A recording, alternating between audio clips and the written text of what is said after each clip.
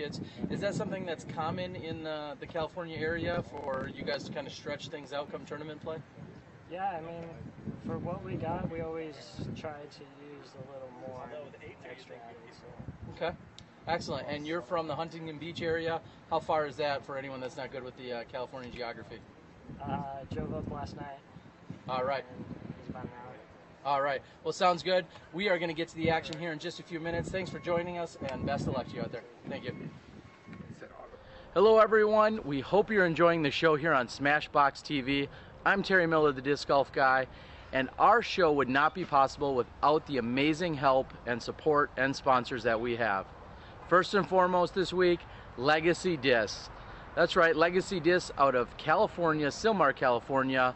Bamba, Steve, Freddie, Steve, all the guys over there, amazing support. Thank you guys for getting SmashBoxxTV up and off the ground. Play with confidence. Also, we have the PDGA. Our Professional Disc Golf Association has been supporting us from day one, and thank you for everything that you guys do. You are our disc golf ambassadors. Thank you so much. Of course, we have Miles Park Hill over at Paragon Disc Golf. Miles provides some of the best merchandise to all of clubs and tournaments throughout the entire country. And without Miles Park Hill at Paragon, we wouldn't be where we are. Last but not least, Sandy Point Resort and Disc Golf Ranch. Mike and Michelle Cousins in northern Wisconsin have been absolutely amazing. They're bringing you the leaderboard throughout the entire week. Sandy Point Resort and Disc Golf Ranch. Check them out. It is my favorite disc golf course anywhere in the country. Check them out. sandypt.com, Sandy Point Resort and Disc Golf Ranch. So there you have it. We have an amazing set of sponsors. Everyone else that tunes in, watches, supports us on YouTube, supports us via Facebook, shares, likes, Twitters, the whole 9 yards. We also have our first run of SmashBoxx t-shirts, dry fits. So come on out, support us, and enjoy the show. All right, we have Patrick Brown on the card, who we saw during our last round. We also had Max Nichols.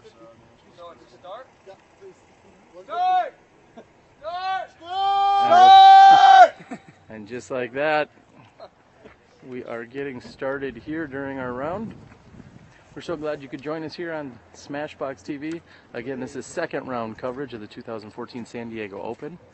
We have Max Nichols joining us, who was in the broadcast during our first round, along with Patrick Brown. Kyle Ekman as well.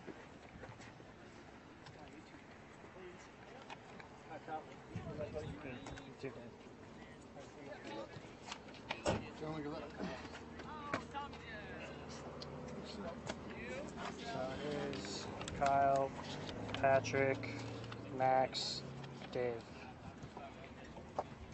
There is the order with Kyle, Patrick, Max, and Dave. Dave Vincent, possibly the name that you may or may not know if you're not local. And they're going to get started here on hole number 1, a par 4, measuring in at 515 feet straight uphill.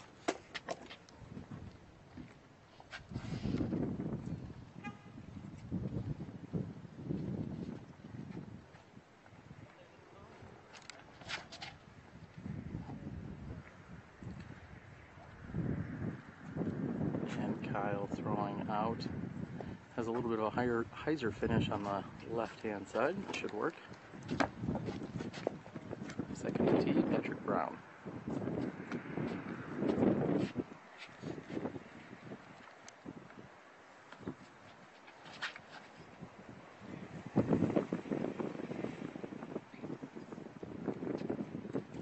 And Patrick's turnover shot goes up and over the hillside.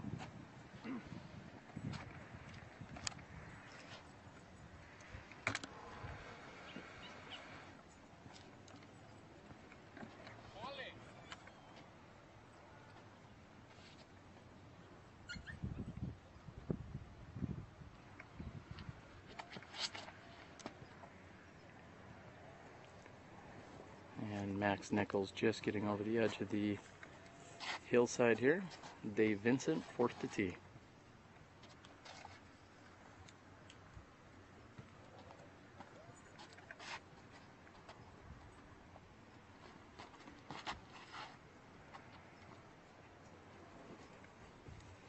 And Dave shot. Is that something that's common in the California area for you guys to kind of stretch things out come tournament play? Yeah, I mean, for what we got, we always try to use a little more extra added. So. Okay, excellent. And you're from the Huntington Beach area. How far is that for anyone that's not good with the California geography? Drove up last night. All right. It was about an hour. All right. Well, sounds good. We are going to get to the action here in just a few minutes. Thanks for joining us, and best of luck to you out there. Thank you. Hello, everyone. We hope you're enjoying the show here on SmashBoxxTV. I'm Terry Miller, the Disc Golf Guy, and our show would not be possible without the amazing help and support and sponsors that we have. First and foremost this week, Legacy Discs. That's right, Legacy Discs out of California, Sylmar, California. Bamba, Steve, Freddie, Steve, all the guys over there, amazing support. Thank you guys for getting SmashBoxxTV up and off the ground. Play with confidence. Also, we have the PDGA. Our Professional Disc Golf Association has been supporting us from day one, and thank you for everything that you guys do. You are our disc golf ambassadors. Thank you so much. Of course, we have Miles Parkhill over at Paragon Disc Golf. Miles provides some of the best merchandise to all of clubs and tournaments throughout the entire country. And without Miles Parkhill at Paragon, we wouldn't be where we are. Last but not least, Sandy Point Resort and Disc Golf Ranch. Mike and Michelle Cousins in northern Wisconsin have been absolutely amazing. They're bringing you the leaderboard throughout the entire week. Sandy Point Resort and Disc Golf Ranch. Check them out. It is my favorite disc golf course anywhere in the country. Check them out. sandypt.com, Sandy Point Resort and Disc Golf Ranch. So there you have it. We have an amazing set of sponsors. Everyone else that tunes in, watches, supports us on YouTube, supports us via Facebook, shares, likes, Twitters, the whole 9 yards. We also have our first run of SmashBoxx t-shirts, dry fits. So come on out, support us, and enjoy the show. All right, we have Patrick Brown on the card, who we saw during our last round. We also had Max Nichols.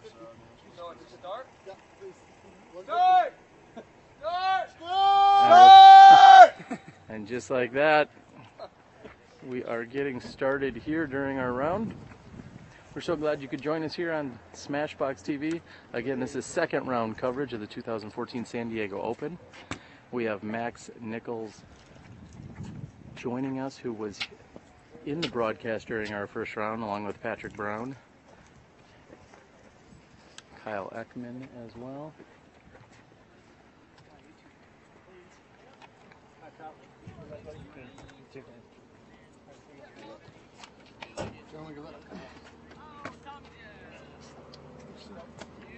So here's Kyle, Patrick, Max, Dave. There is the order with Kyle, Patrick, Max, and Dave. Dave Vincent, possibly the name that you may or may not know if you're not local. And they're going to get started here on hole number 1, a par 4, measuring in at 515 feet straight uphill.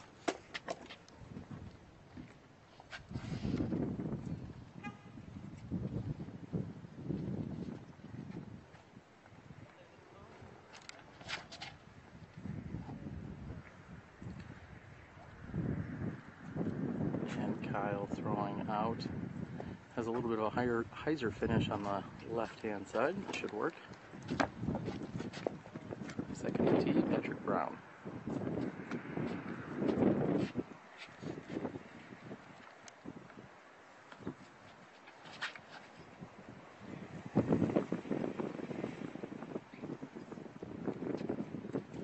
And Patrick's turnover shot goes up and over the hillside.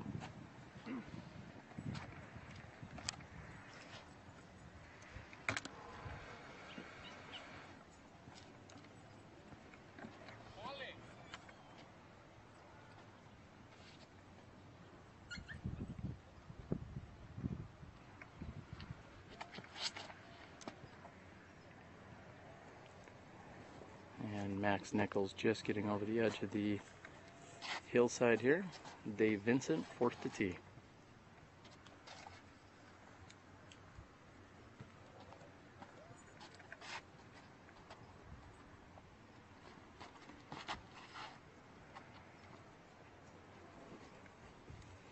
And Dave's shot goes buzzing right by the basket, just on the left-hand side with his putter.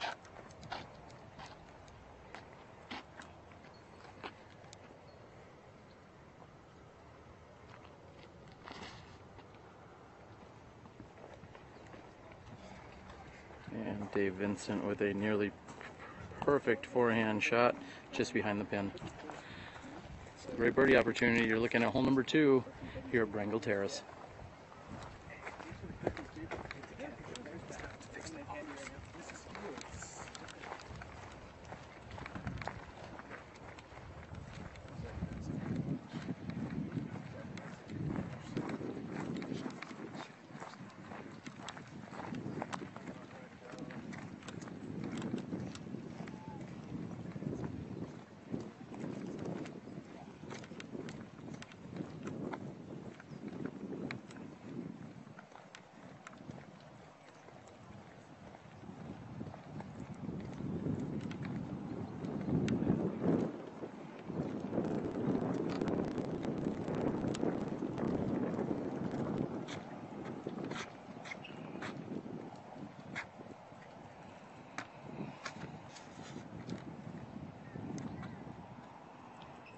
And we have positioned ourselves almost directly behind the basket, which would be for Kyle, that is, as he has gone deep of the pin. He's going to be looking at coming back up this hillside.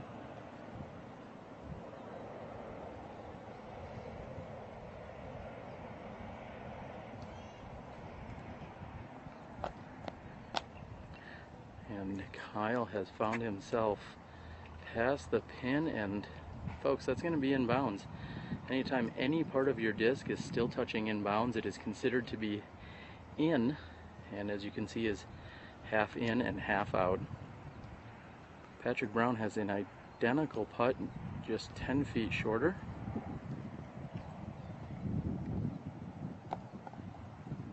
And Patrick's attempt is wide right. Somewhat surprising that he did not draw any metal. However, that may have been to his advantage, as if a disc were to draw metal and not go in, there's a high likelihood of it getting up and rolling on this very steep green.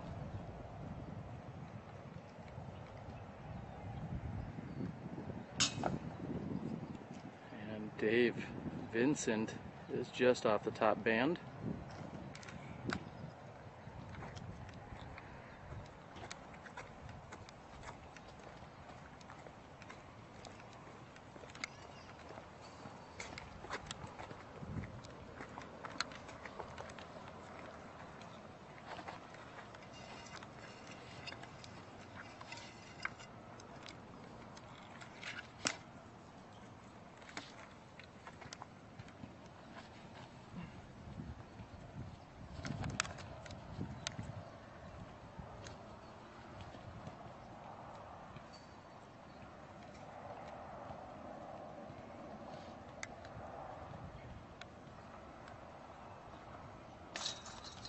And Max Nichols getting it done from one knee here for the birdie too. Kyle will take his full 1 meter relief from the OB line.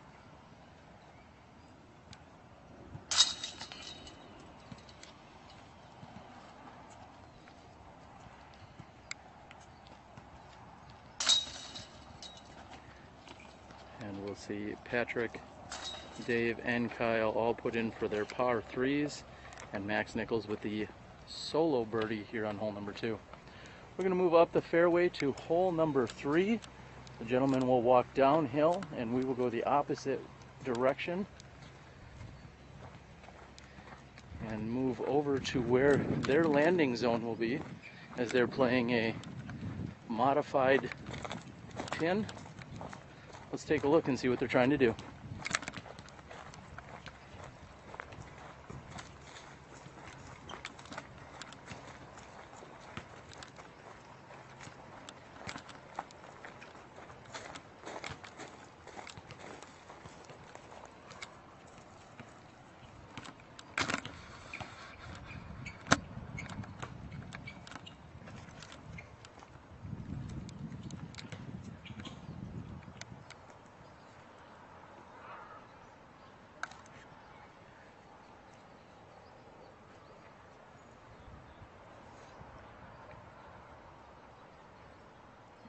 As we wait, we are in the fairway of hole number 3.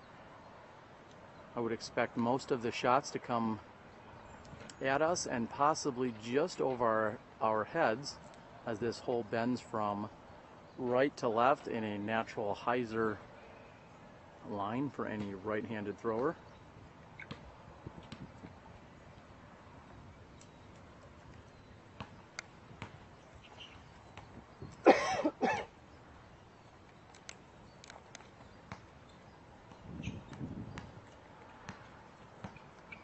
Carting the solo birdie on hole number 2. Max Nichols will be on the tee. Max is probably going to take a different approach being left-handed here. Not sure if he has enough room to go out and around. Pretty sure that is guarded, so he's going to have to come up straight at us and then hope to bend it late in its flight pattern.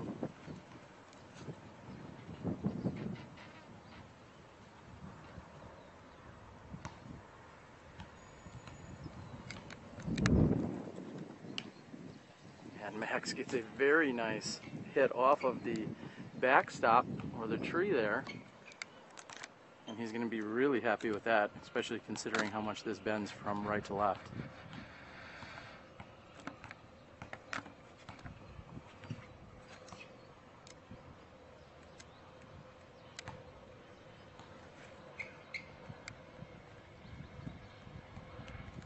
And Kyle Ekman going up and over us.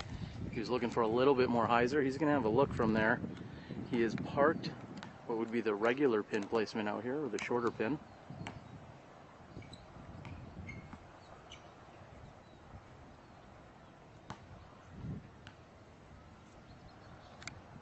And Patrick Brown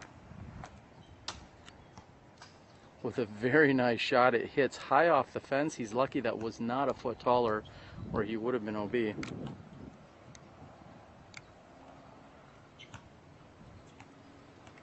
And Dave Vincent, not what I was expecting, but this is going to come in perfectly.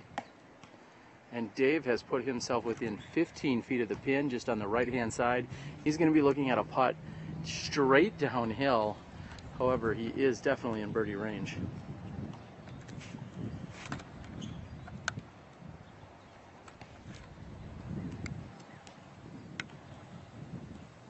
As you can see here, right next to this disc on the ground, that is the shorter pin placement that competitors will normally throw to if you were out here playing the Brengle Terrace course. And as we've seen in the past, not only did they create an extra pin, but they slightly elevated this basket, and there is a slope to the left-hand side. That's going to make this a very daunting putt for Dave Vincent.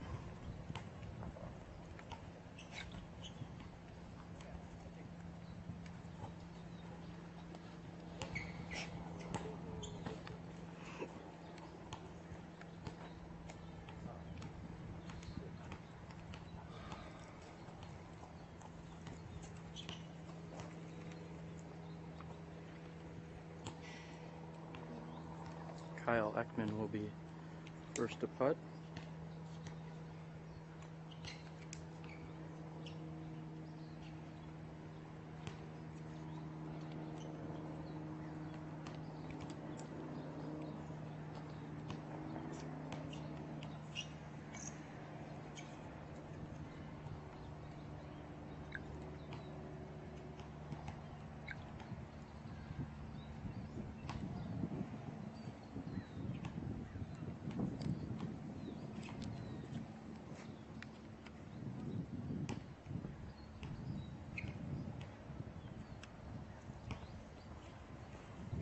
And as I mentioned, that hillside on the left-hand side of the basket can come up on a player very quickly. And Ekman's putt was just a bit short and left, and that allowed for it to carry down the left-hand side of this hillside. He's going to be left with at least a 25 to 28 footer looking straight back up the hill. And Patrick Brown makes this smart play and lays up underneath the basket.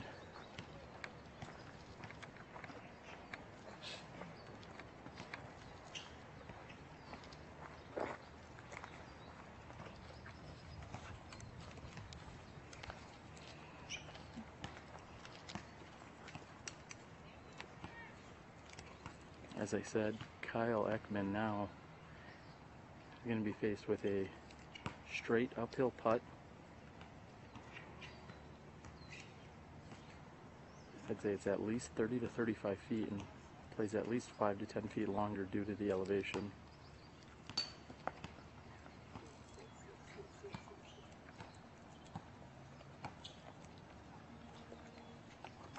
And Kyle's putt has hit the pole and rolled. There are some logs.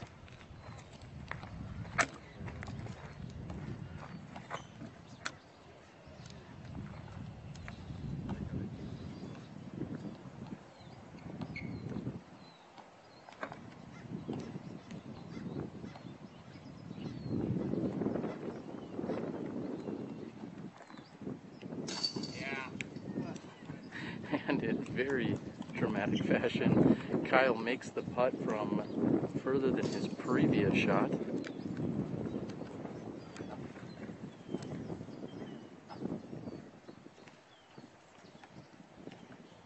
He's going to walk away with a bogey 4.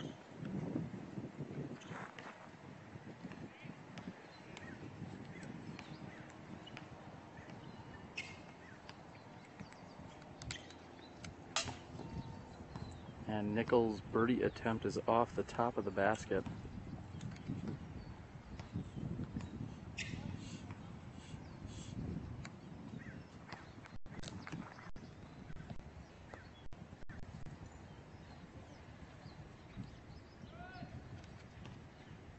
Dave Vincent has a birdie 2 opportunity here.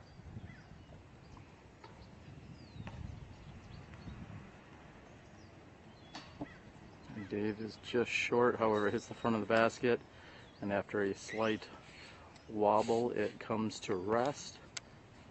Him, Patrick, and Max will all settle for par 3s, and Kyle Ekman with a phenomenal putt is going to have to settle for a bogey 4. We're going to move into the middle of the fairway on hole number 4. Is a very long par 4. We're going to get into position for you guys. We are through 3 holes here during the second round at Brengle Terrace. You're watching the 2014 San Diego Open.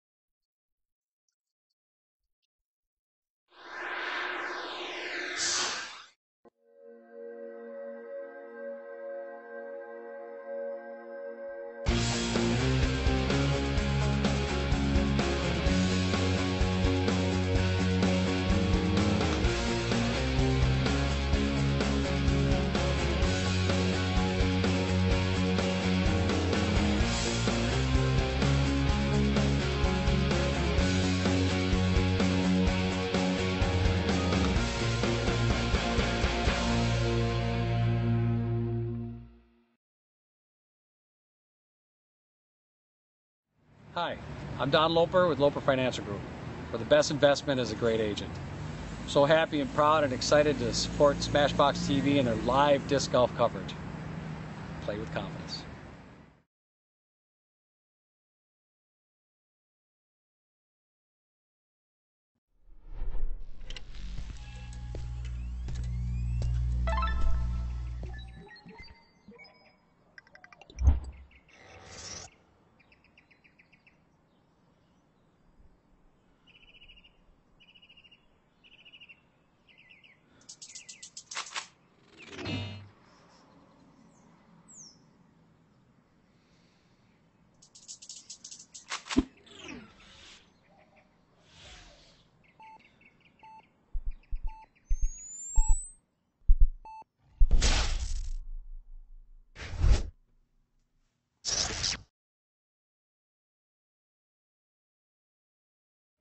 I'm John Pecunia. They call me Johnny Rumble. My PDGA number is 2540. I've been playing disc golf for 36 years. Disc golf has been such an important part of my life. It's brought many hours of happiness, friendships, and lots of competition.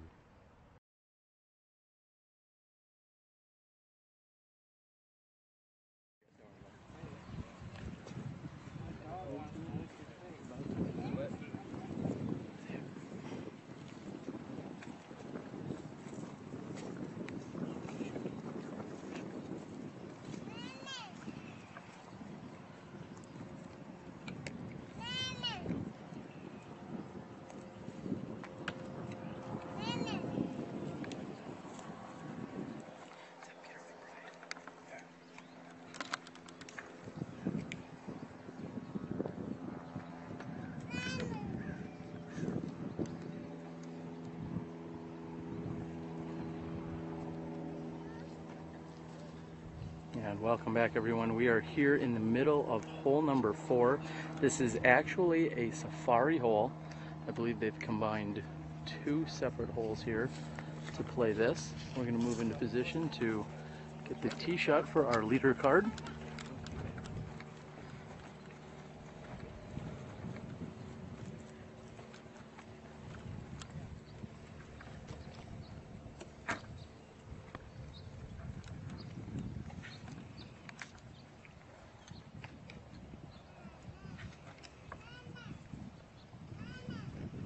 Of course, while we're here, we'd like to thank anyone and everyone that has tuned in and is catching up with our action here on SmashBoxxTV.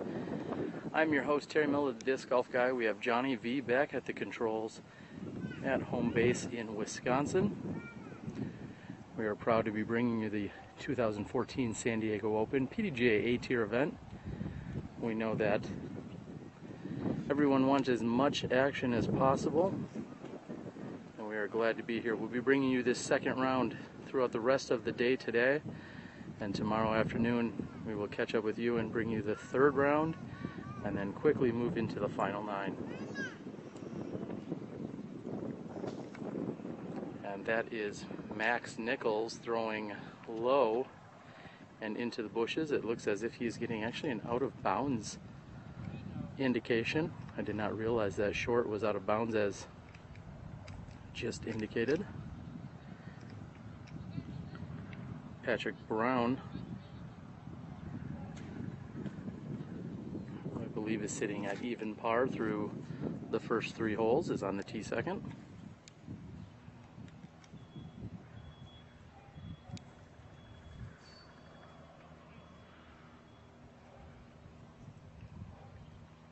Dave Vincent to tee third.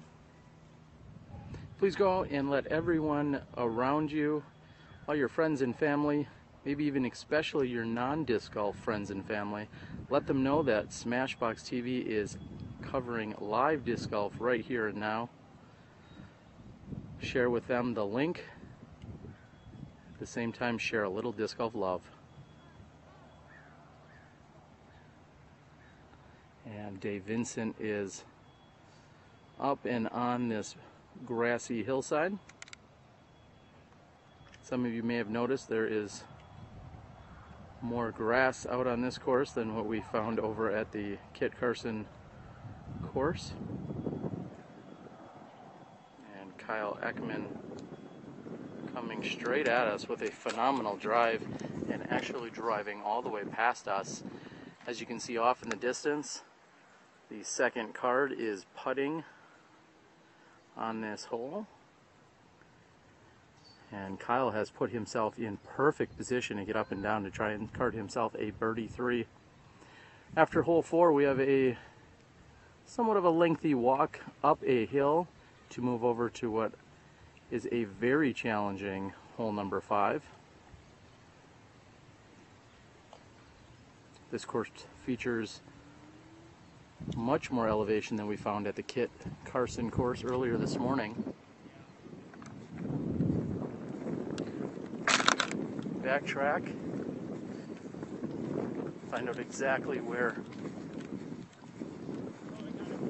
Max is shot. Looks like Max has his brother on the bag performing caddy duties as he had first round, which is certainly a nice hometown advantage and luxury to have anytime you can have a caddy, whether it's your family or friends. It's always great to have someone out there hiking around carrying your bag.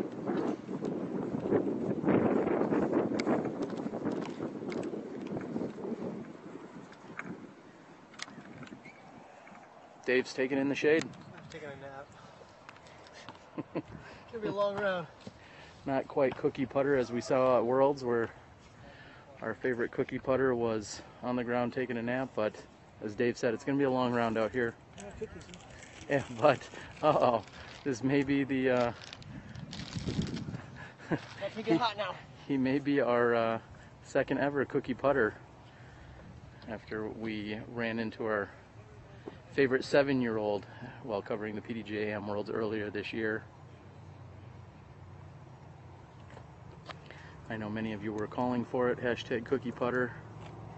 Dave may be our guy. Hashtag cookie nap.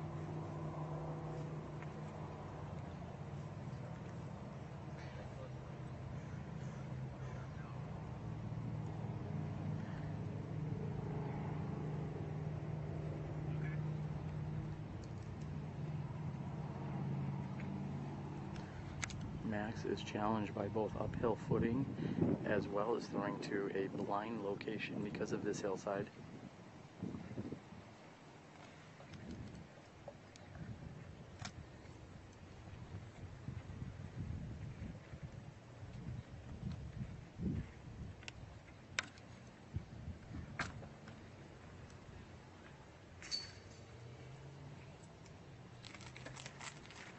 Max giving it everything he has, trying to throw up this hill. Very challenging to do. As we said, the basket is quite a ways down, tucked into the corner. And if you like hashtags and you like cookie putters or cookie naps, please go out and like our Facebook page, our Google Plus page, become a friend, do all of those different things. Also subscribe to us on YouTube.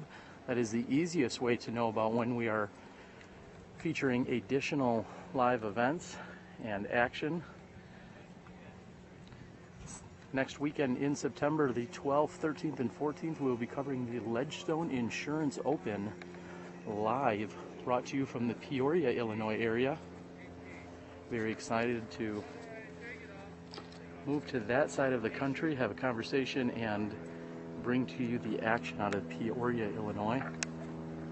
Also look for a live battle type exhibition similar to what you saw before the Pro Worlds.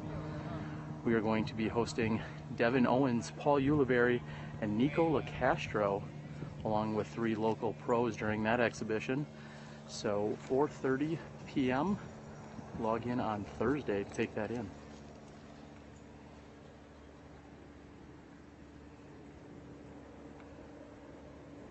And Dave throwing a turnover shot. It does finish on him. However, he's going to be looking just to get up and down, take a 4 from there.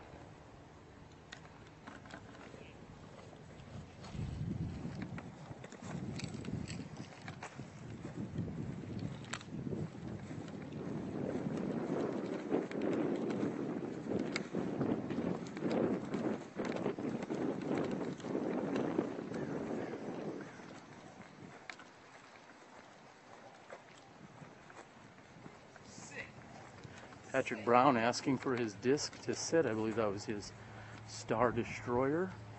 Came up a little closer to the pin, and then it ended up getting up and rolling on him during his forehand shot.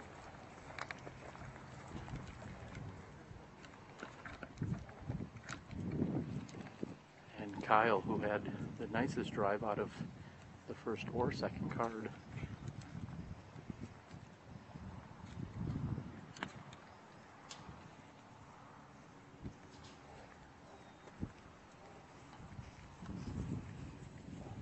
Kyle has pulled it to the right.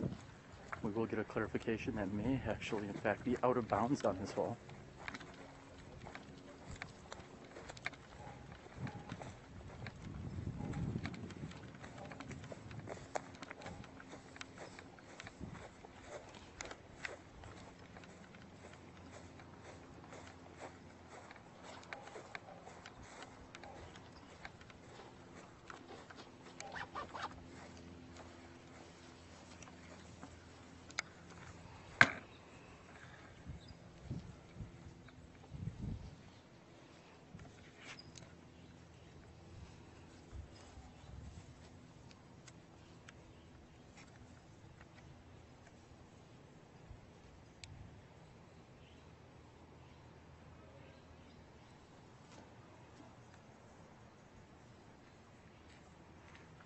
And a nice shot by Max Nichols, coming up just a few feet short.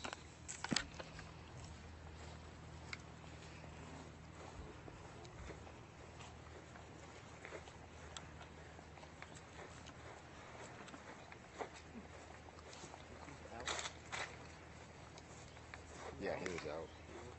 It looked like he went out. So.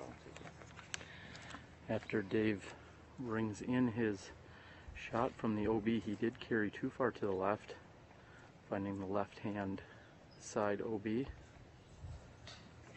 And off the front of the basket,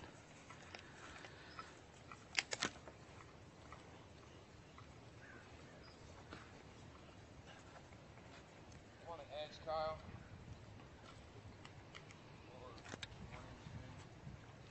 Patrick Brown saying that he is on the edge.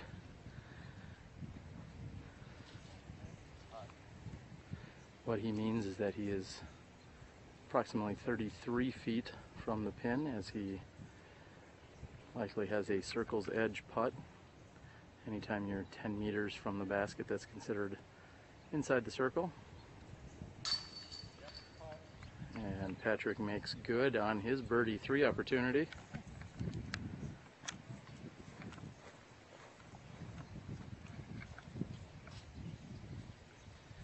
And it looks as if this is not out of bounds on the right-hand side, as Kyle will be putting from there. He's less than 30 feet away.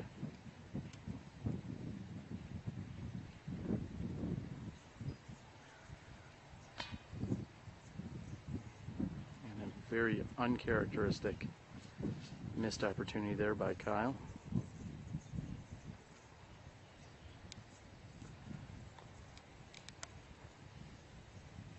Max has just under 15 feet.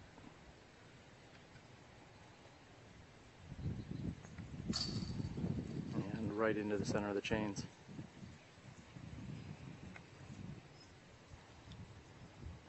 As shown here, this course has not proven to be a cakewalk for these gentlemen. We've seen a number of bogeys and everyone struggling to find some birdies. Kyle will tap in for his par 4. And there you have it. We have a very lengthy walk. You're going to listen to a few words from our sponsors. Again, you're watching the 2014 San Diego Open.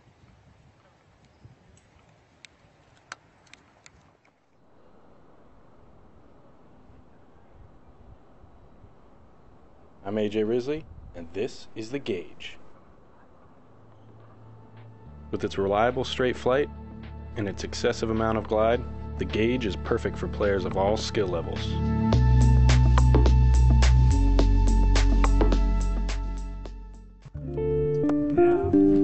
Can't reach like the most understable one there. I can't reach like that.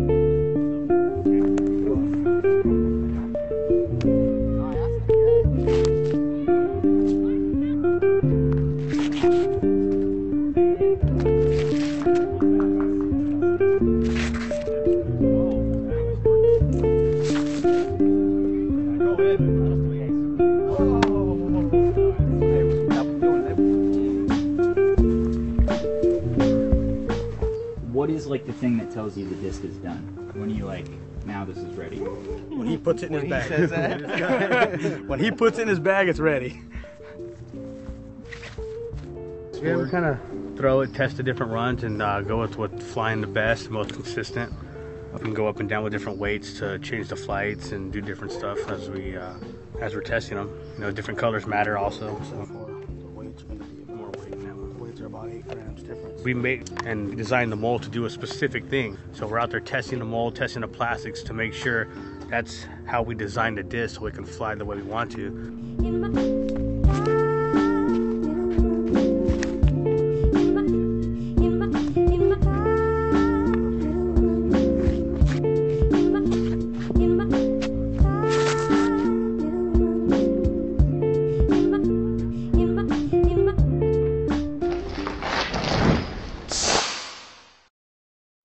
I'm the disc golf guy. I'm the disc golf guy. I'm the disc golf guy. I'm the disc golf guy, and this is my video blog.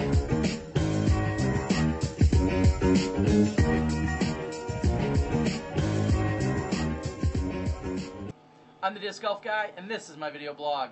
Today we are at the 19th Hole Pro Shop here in Sylmar, California. I'm joined by one of the Legacy co-owners in Steve Rico.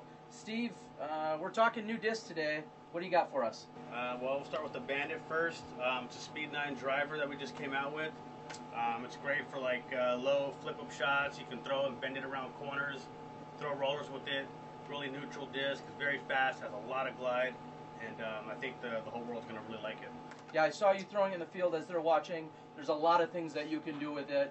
And if you have too much power, maybe you just need to lay off it a little bit, but you can really control it to do whatever you want. Yeah, I throw it mainly with a fan grip, so I'm not powering it over too much, but it's really nice for like flip-up shots, you know, through the woods. And like I said, you can throw long rollers with it. It's got a lot of glide, so I know a lot of people really like the glide that it has. Good. And now we're going to move on to a little bit slower speed. We're moving over to the Gauge, and I say slower, but not by much. Tell us all about that. It's our newest mid-range out. It's really nice, got a good feel to it. It comes out of the hand really smooth and clean. And this disc will hold any line you put it on. You can throw it straight, you can bend it right, you can hyzer it. It pretty much will do anything, whatever angle leaves your hand, it'll hold that line throughout the whole flight. And now we're seeing both of these plastics. When you come out with them, which style of plastic should I say did they come in? They're both in Icon right now. Pretty soon they'll be in Pinnacle, and then we'll move on to PDGA and XL and those lines later on next year. And it's smaller driver, so it's probably about a 174, 175 max weight, and then on the Gauge, a little bit larger diameter, you're talking 180 grams max weight, right? Yeah. Okay. Is there anything else anyone should know about these two discs that just hit the market? Just go out and give them a try. I guarantee you're going to like them. Like I said, these discs are, the driver's got a lot of glide. I mean, you can throw a lot of different types of shots with it, and the Gauge will hold any line you put it on. Go out there and try it. I guarantee you really like it. All right. Well, with that being said, this is our new product segment. We got great new discs here by Legacy. Steve Rico, Terry Miller, the disc golf guy, and as always, play with confidence.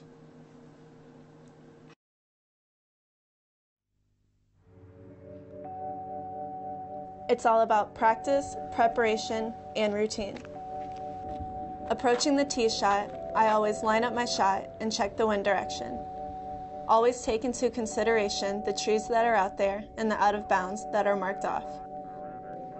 I try to keep everything slow on my run up and build momentum as I get to the end of the tee pad. Trust your shot, believe in yourself, let the disc do the work. Legacy discs. Play with confidence.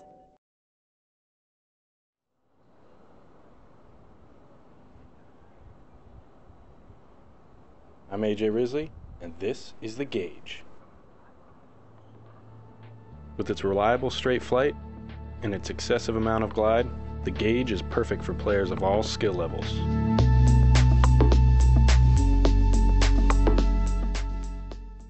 Is one of the longest and most challenging that we'll find out here on the course. Well, it is for me because players are just confirming as to where the group ahead of them is. So it sounds like they will be getting ready to throw in just a few moments, and we will get in position to do just that. Max over here is going to be a gentleman and tell everyone at home what this hole exactly consists of, being so long and difficult. Well, you're throwing off the tee and you have a lot of trees to contend with. Basically, you want to throw out as far as you can without hitting an early tree. Then throw as far as you can. Again, a little to the right. You've got OB on the right, so you want to stay a little off the fence line. And then probably a mid-range or maybe even a fairway driver for that third shot to get your birdie. And so it sounds like it sets up nicely for a left-handed thrower? Maybe just the tee shot. All right. The second shot, I'd rather be righty because you got an option to throw a roller to get way up there. So. All right, good luck. Let's get to it. Thank you.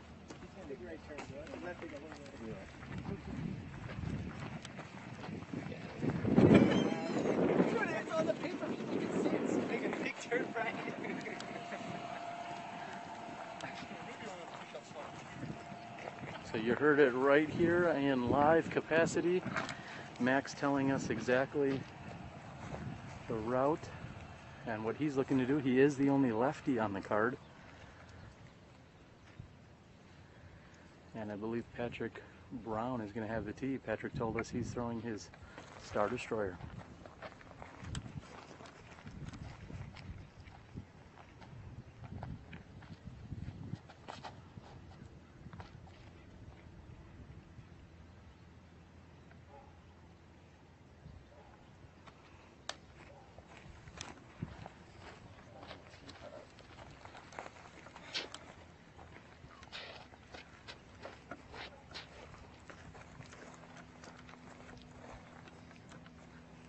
Next on the tee, Kyle Ekman.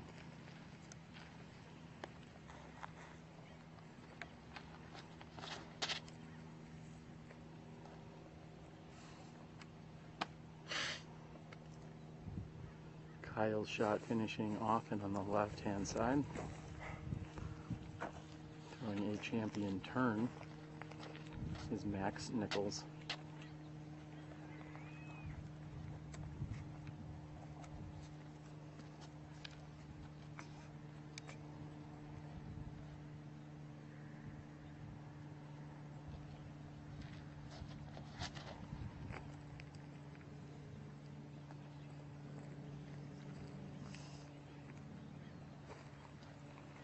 Throwing it out to the left is Max's tee shot. Fourth to tee, Dave Vincent.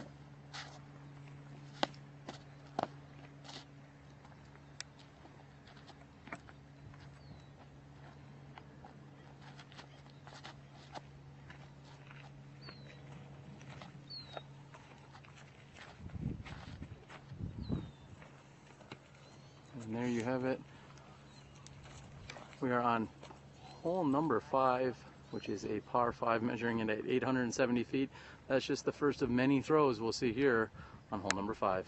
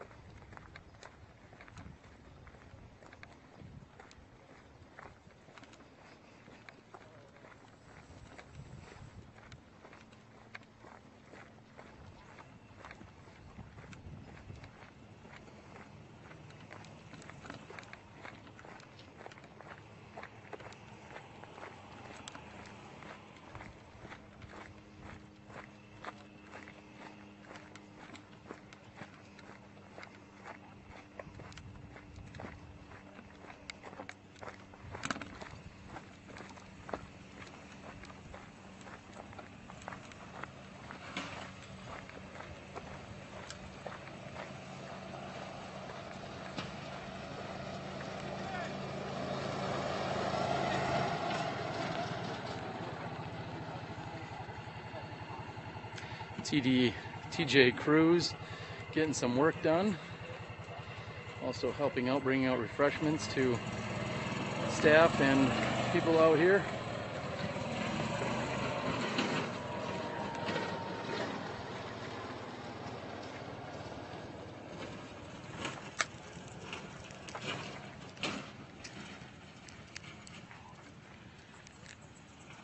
Looks as if the players on the second card are making a rules clarification. We're going to move over to that area, a little bit more shaded anyway.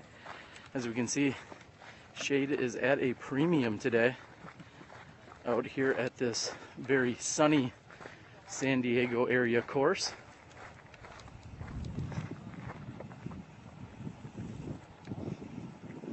Let's see if we can get in on the rule clarification that seems to be taking place over here. These competitors, which are on hole number 6. As he broke the plane, leaving, going onto the street. Hey, Definitely. is it cool if I move that back and estimate like some random where you want to be from the beginning? Yeah. It's off this left a little bit.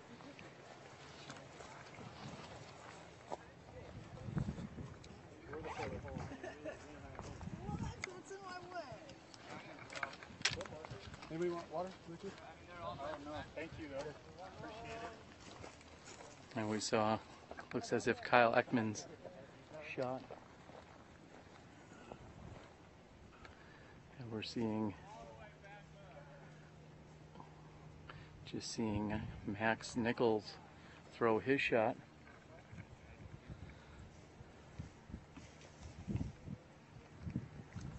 Seems to be some indecisiveness. You may hear it in my tone and voice inflection out here as well. Is just trying to figure out exactly where all of our players at and where exactly they're heading to. Looks as if Dave Vincent is going to be up to throw next.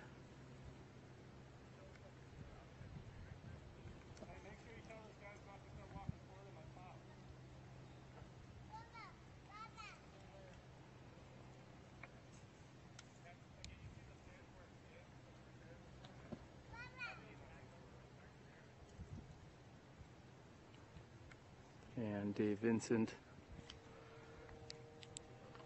has thrown up towards the side of the hill, and I'm not certain that we would get any better angle from exactly where Kyle's at. However, he is on the left hand side. Looks like he came up just short of the road.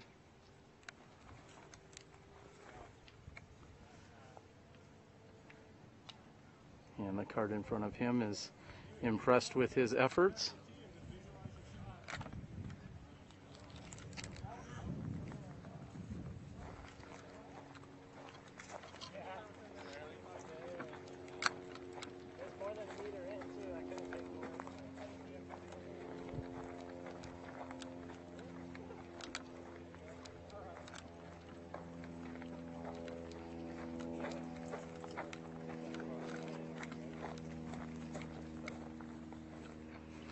And Patrick Brown is lining up his shot. He is on the right hand side. He's going to have somewhat of a turnover from there. It looks like he was attempting a roller, which has gotten up very nicely. A very nice shot there by Patrick Brown.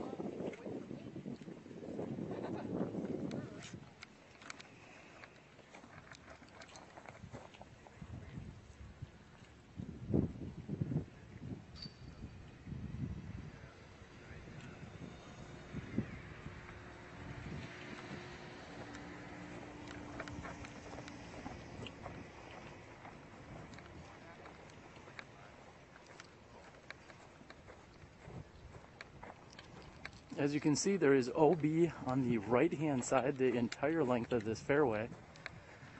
So players are not able to turn their shot over, so to speak.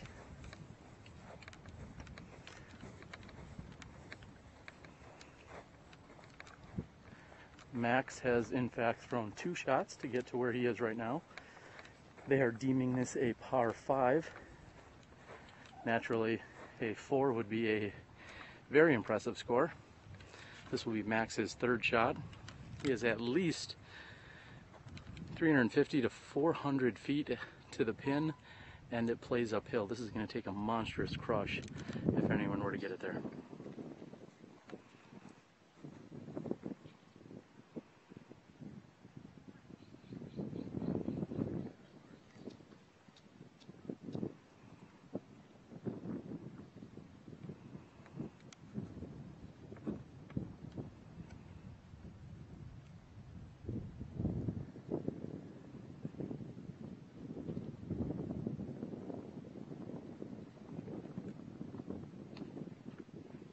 And Max has come up short of the pin.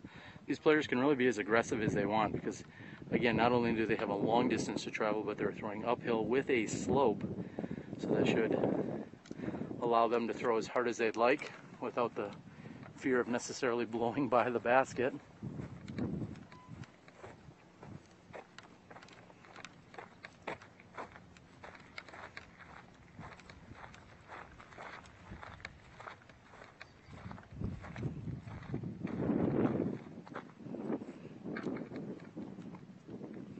In my short time here in San Diego, I have learned that it is actually considerably warmer than they are used to. Although I would find this weather typical of a August or September day in Wisconsin with a little more humidity, they're finding this to be unseasonably warm out here in San Diego this weekend.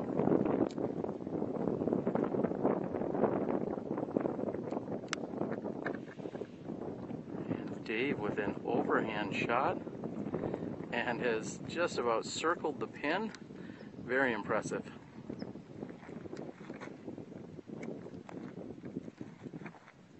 This will be Kyle's third shot, and as Dave had just showed us, is certainly reachable from where Kyle's at.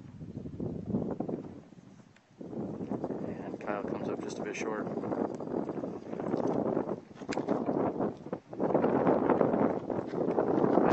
Has thrown two very impressive drives, including a huge shot off the tee and then an even bigger backhand roller, which was working itself up the hill. Patrick could even possibly score an eagle if he were to get a fairway ace here. And I think he seriously underestimated the distance there as he came up short on his approach. Pickup. It is blowing from right to left for these competitors.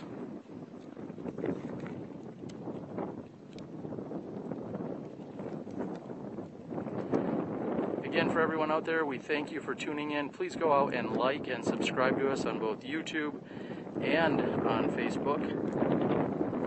You can check us out on SmashBoxxTV, again, both on YouTube and Facebook. You can also hit me up, Terry Miller, the disc golf guy. We do hear that the wind, we can hear and feel that the wind has picked up in this location. I think as we move to another section of the course, that should die down.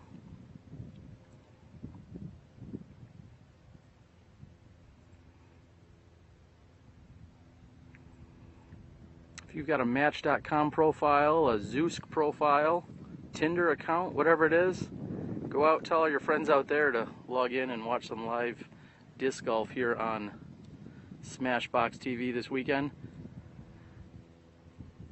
We hear there was action taking place over at the National Tour event. That is the final National Tour event of the year, taking place over in Rochester, New York. We wish all the competitors good luck over there. Paul Macbeth was at the San Diego Open last year. However, he was taking care of some business and battling it out with Simon Lizotte, David Feldberg, Big Germ, some of the names atop the leaderboard out in Rochester, New York this weekend. Cal Ekman taps in for the easy birdie 4. So we are glad you're here and tuned in to our live disc golf broadcast.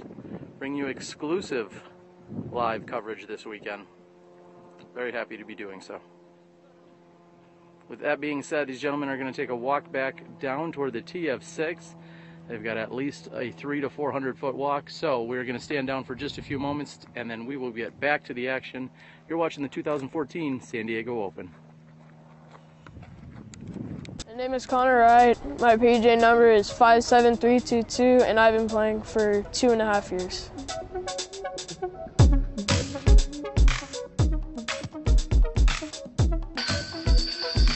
My favorite thing about disc golf is all the people that are associated with it, and also just like the flight of the disc. The flight of the disc, it's kind of like, I don't know, it's like really cool to me. Having like that pull back and just knowing that you generate that much power, I mean, it's pretty cool. It just feels good. I mean, just kind of like, I don't know, it's something about it.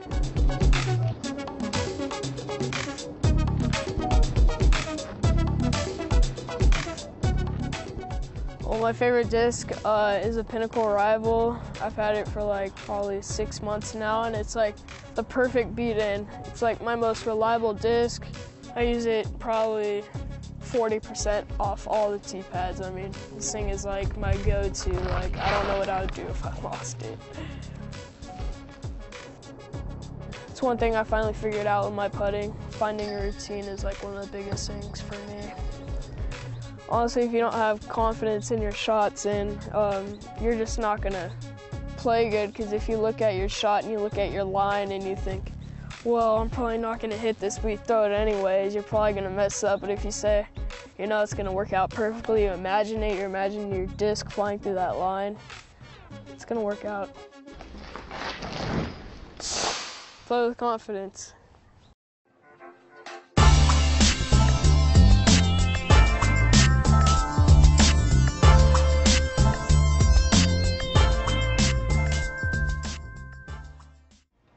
I'm the Disc Golf Guy, and this is my video blog. I'm joined here today by Kale Leviska in Minnesota. We are at the Airborne Disc Golf Emporium. Kale, is this every disc golfer's dream come true? Here we are in your own shop. Welcome, Terry. This has definitely been my dream. We built a little playpen for ourselves. As you can probably hear, we got a lot going on in here for AM Worlds this week. But yeah, this was my dream, to build a place that people could come enjoy, spread the love of disc golf, get creative with stuff that we wanted to make, and we built this place, and if you build it, they will come. Yeah, or we built it on rock and roll. That's a tune before your day. Anyway, it's been pretty exciting. There is, like you said, a ton of action going around here with all the AM Worlds competitors, nearly 700 competitors from all over the world. What's it been like with this atmosphere and the excitement or energy? Tell us a little bit about that. Well, it's been fantastic. I mean, we in Minnesota feel like we're very lucky with the amount of disc golf courses we have, the community we have, and so we have 700 AMs coming into town that get to enjoy what we love and we've built, and we're very proud to have everyone here. Personally, in the shop the last week, it's been absolutely crazy. We've had so many people coming in, enjoying the place. So it's amazing how word is spread about Minnesota disc golf and Airborne in particular, and we've been having fun having everyone in the shop and showing them a good time. There is an outrageous amount of courses. You guys, like you said, you're so blessed, and there are so many courses just in the Twin Cities alone. If you were to say go an hour away from your shop here in what, South St. Paul? Or yeah, we're in St. Paul. Yeah. If you were to go an hour away from your shop in any given direction, how many courses do you think you could hit up if you were to go an hour away? This is just an estimation, but I would have to say there's at least 70 to 80. I mean, if you go a mile, you know, in any direction, we're so blessed. Some of them are 9 holes and a lot of more recreational courses, but it's just overwhelming the amount that we have, and then it's showing because the amount of players is really following suit. There is, and now we're seeing a number of shops that are actually all over the Twin Cities. It seems like everyone can find discs somewhere. What's so unique about Air? Hello everyone, and welcome back. We are here in the middle of the round at the 2014 San Diego Open. This is second round coverage over at Brengle Terrace. I'm joined again by our TD, TJ Cruz. TJ, what's going on out here? And it's been hot, Terry. It's been a heck of a round this morning at Kit Carson. It was in the high 80s all morning, and we got to Brengle Terrace this afternoon, and it looks like the wind is up, the heat is up, and the pressure is up. A lot of OBs, a lot of tight lines. And the scores are being reflected of that as we have higher pars, and they are playing a super layout as they did at Kit Carson.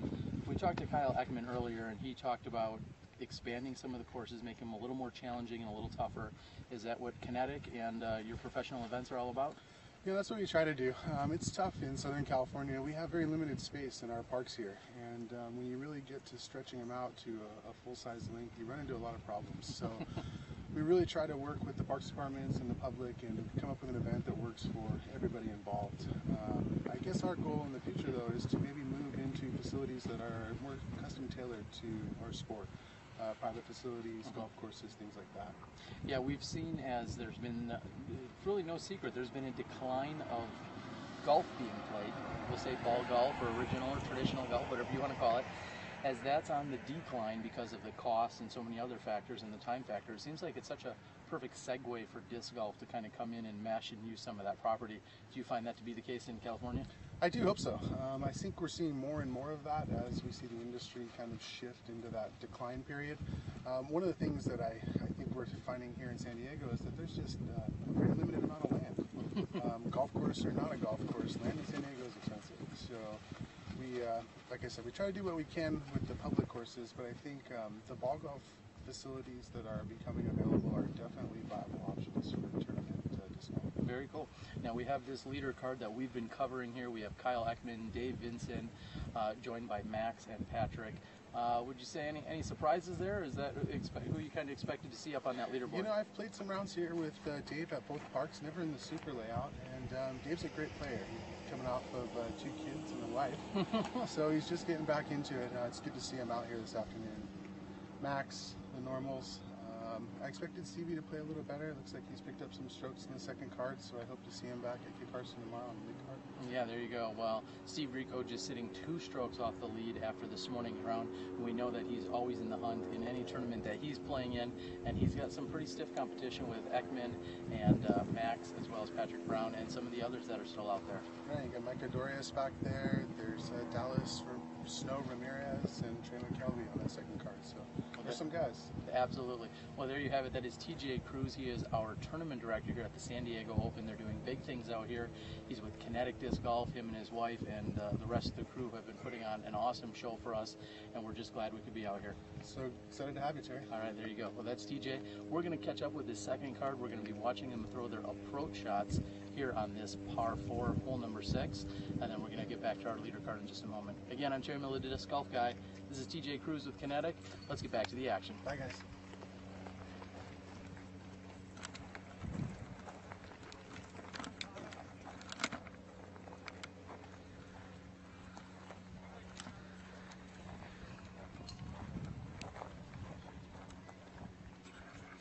And here we are again, like I said, on hole number 6.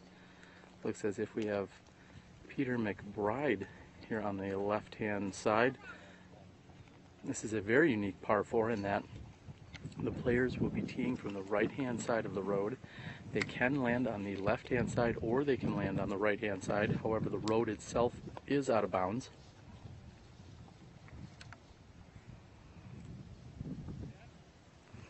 We also see Steve Rico here, as we were just discussing that Steve, just a couple strokes off the lead. He started out with a little bit of a struggle during the first round, and he was worried that they were just going to simply blow past him, and then he turned it up during the second half of the round to get within 2 strokes of the lead. Very excited that SmashBoxxTV was able to bring you 2 of the 3 hottest rounds from this morning's opening round here at the San Diego Open.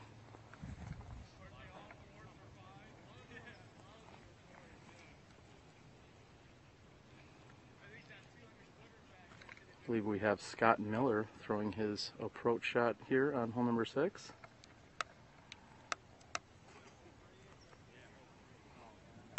And seems to be just a bit short.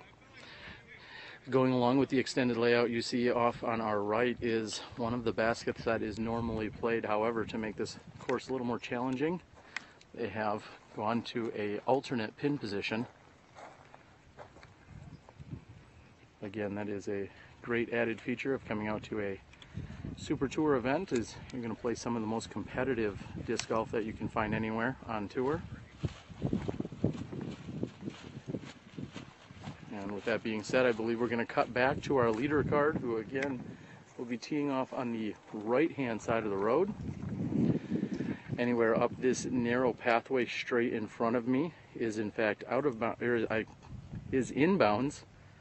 And if they were to cross the road, as most of them will, onto our right, that is also considered inbounds.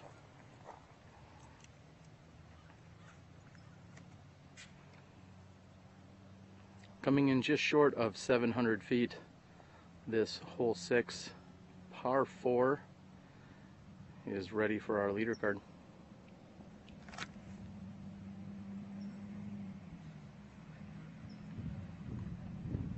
And although he was eligible and signed up in the Masters division, Patrick Brown had stepped up to play into the Open division. That seems to have been a very wise choice at the moment, as he is sitting here on our leader card. Patrick, of course, opening with the 51, which was a three-way tie for first place.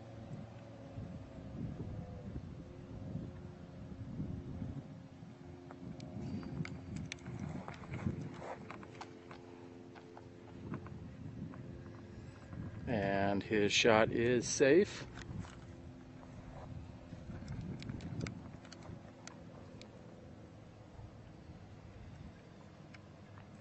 After carding the birdie 4, which you don't get to say too often here in disc golf, after the birdie 4 by Kyle Ekman, he's on the tee second.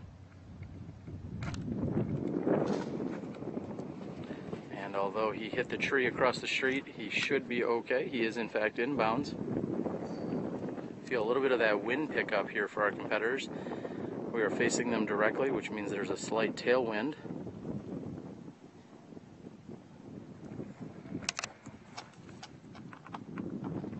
And unfortunately, Dave Vincent is going to be last inbounds, almost exactly where you're looking at the moment, as he was just a bit low on that shot and it didn't have the opportunity to skip up and over the curb like he was looking for.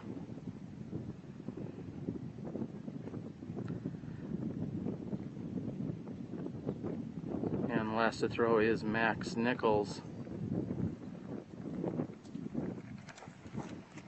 And Max being left-handed, he's able to keep it on this side of the road, and he should have a very nice look as he's going to be lining up onto that hillside. The hillside actually slopes from right to left, so Max being a right-handed player, he's going to have the slight advantage in throwing his second shot. I'm unsure if this tough guy who was rolling through earlier is just doing laps. Maybe he's looking to do a little video bombing.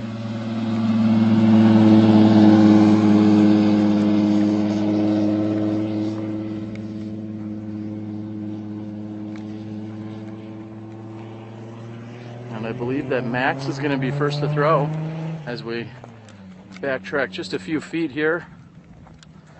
As you can see, there's a group just behind us that are making their trek up the hill on the par 5 hole.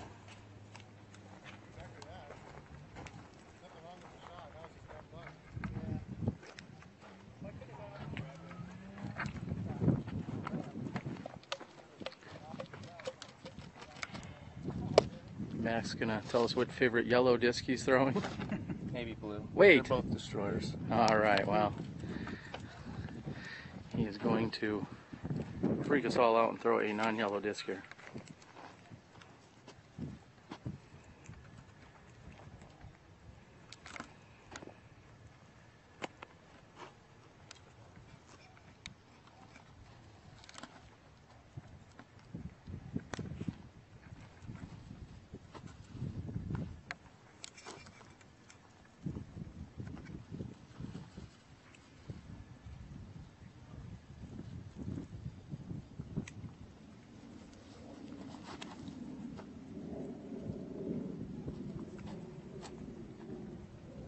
As I said, this hole slopes from right down to the left.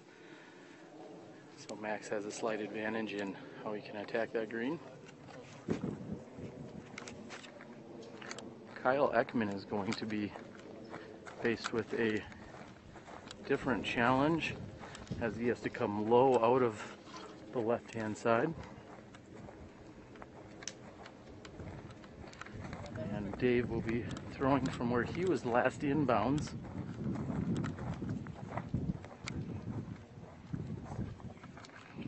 Beautiful view. Not sure of the exact land or topography or name or hillside. Just Vista, California, off in the distance. Something I don't get to see too frequently, being from Wisconsin. Beautiful sunny day out here in San Diego, California.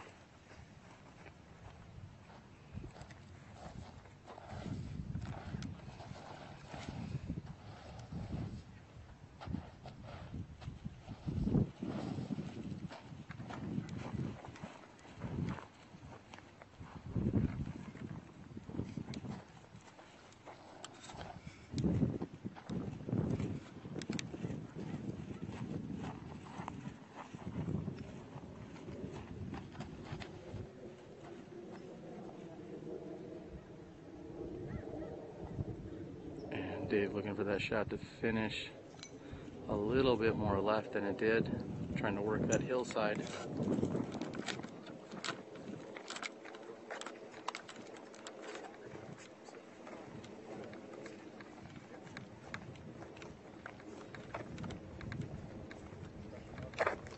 And Patrick Brown, with an absolute crush, has put himself onto the far side of this landing zone.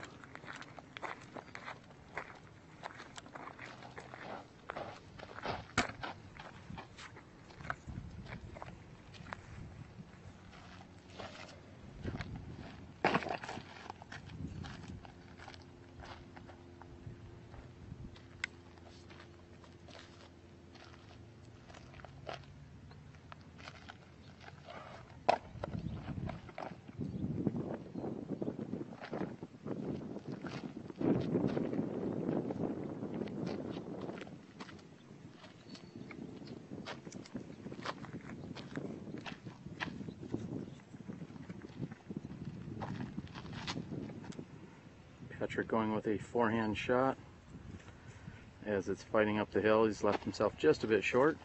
Should be a putt for birdie from there.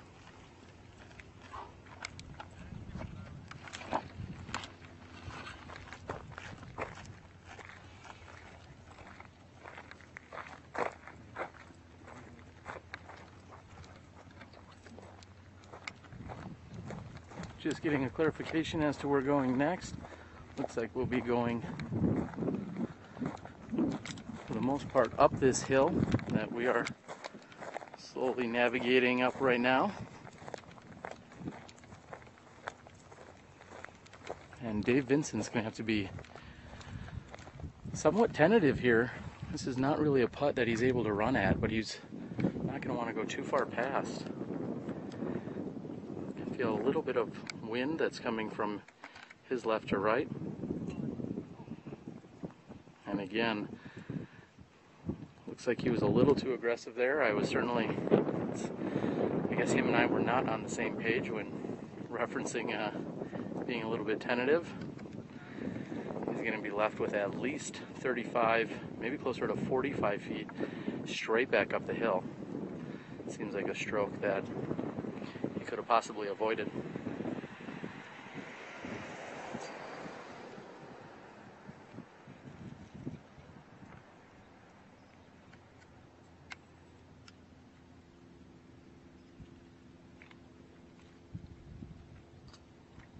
And Kyle Ekman for birdie is just off the top of the basket.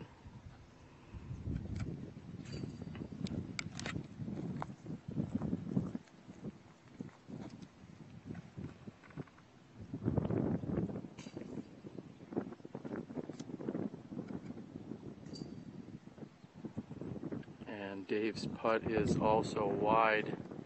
He does not draw any metal there.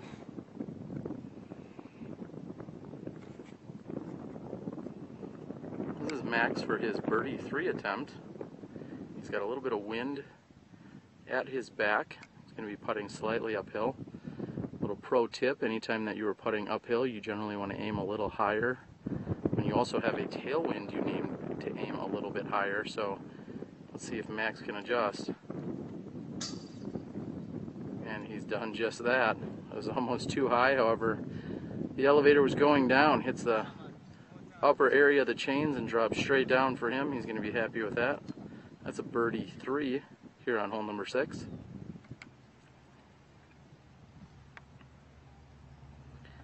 Patrick Brown's left with a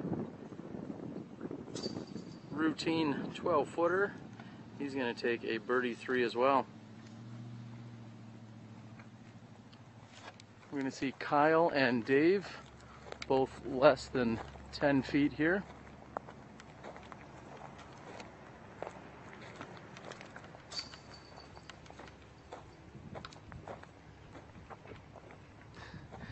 Dave confirming if he should in fact clear his made putt out of the basket. And Kyle's in and good.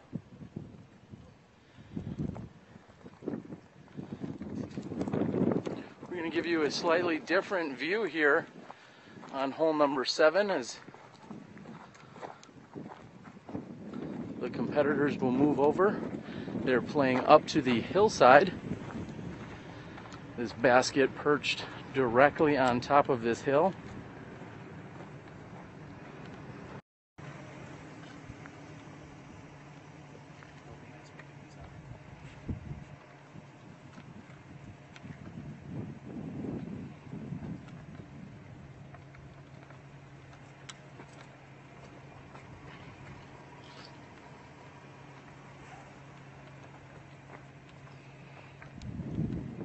Players will be confirming their scores here. And like I said, in just a few moments, we'll be moving on.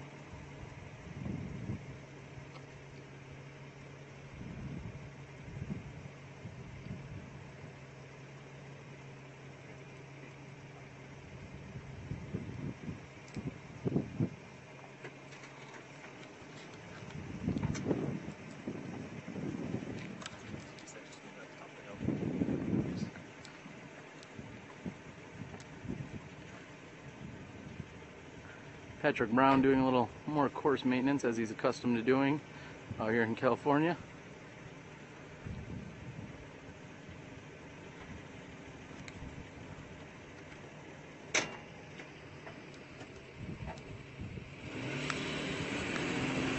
And a very nice shot by Patrick, just a bit short and left of the pin.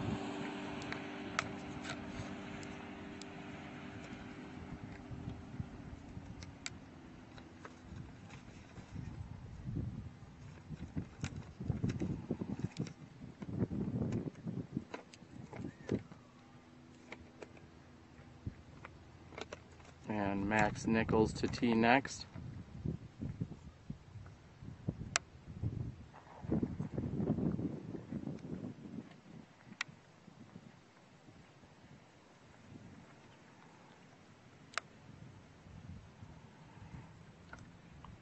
Max is on the left-hand side.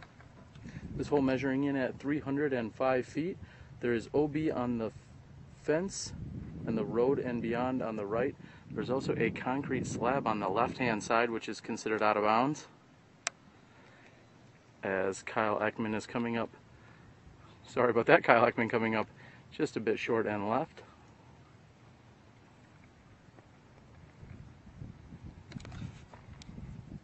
And last to tee is Dave Vincent.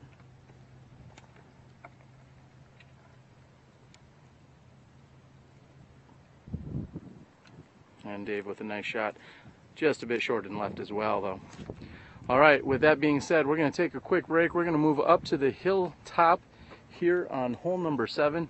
I'm Terry Miller, Disc Golf Guy. We'll be back with you in a few moments.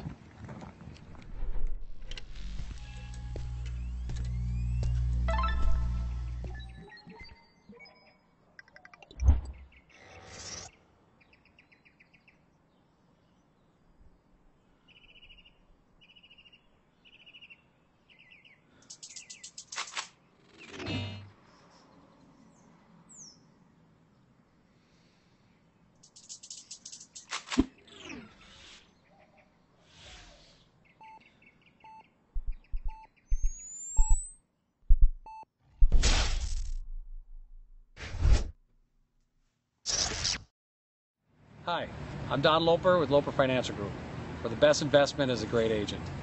So happy and proud and excited to support SmashBoxxTV and their live disc golf coverage. Play with confidence.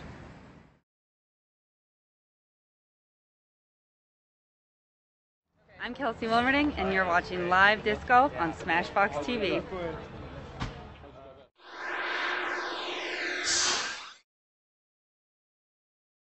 Hey, I'm Batman and you're watching live disc golf, SmashBoxxTV.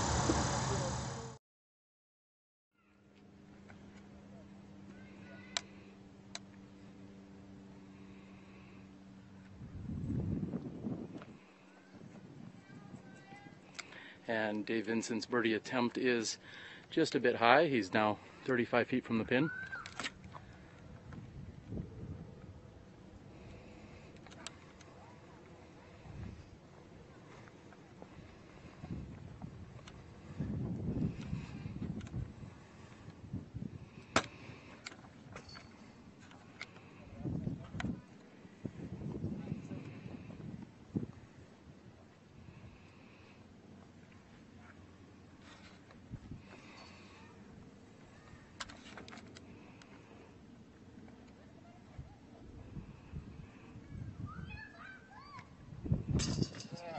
and Dave makes good on his par attempt, which may be arguably one of the most beautiful views we've shown here on SmashBoxxTV.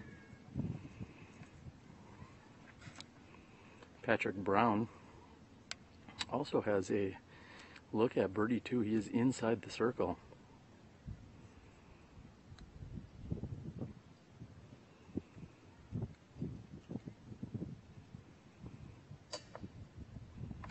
And with a rare miss from inside the circle, Patrick's going to have to settle for a par 3.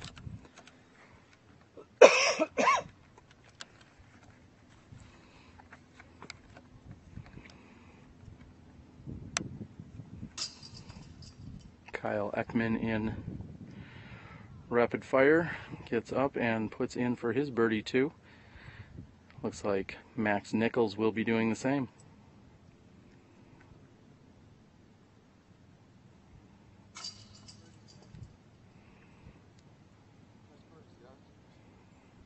Two birdies and 2 pars. That is hole number 7. You're watching the 2014 San Diego Open.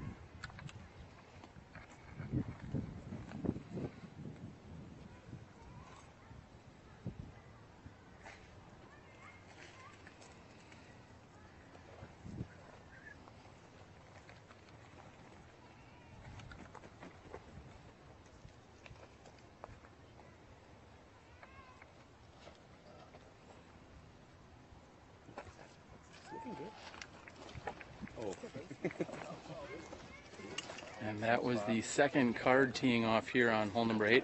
We're going to go ahead and we're going to follow them down, give you a little bonus coverage here.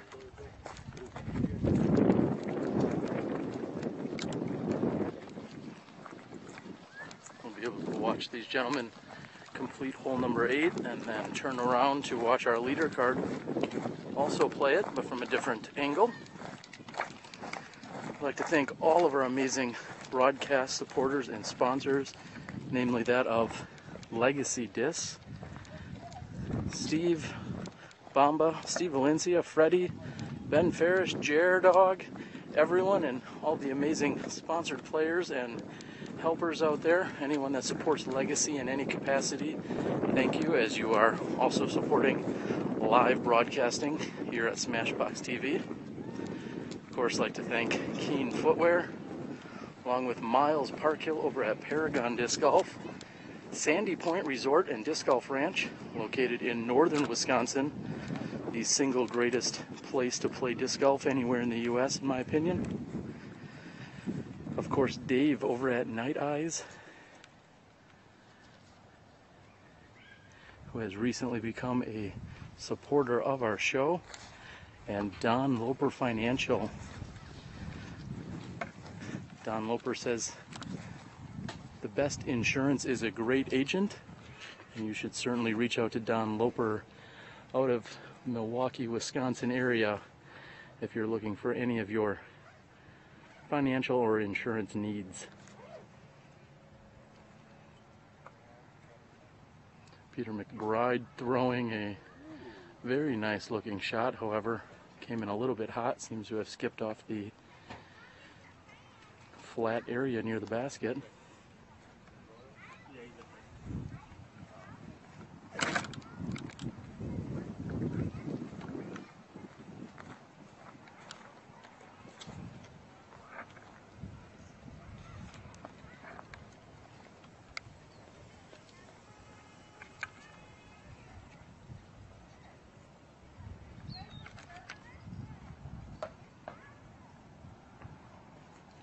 And Scott opting for the more conservative but smarter play just simply by laying up. Didn't have a very good angle at that putt. Next will be Steve Rico.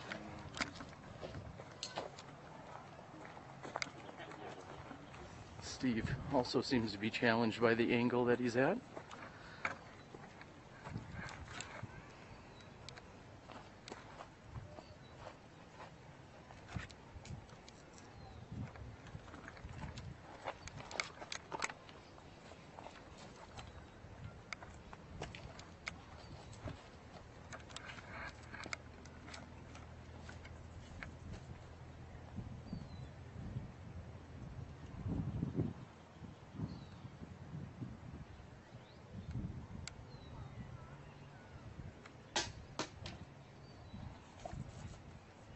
Steve's putt is just a bit high with that precarious stance he was in.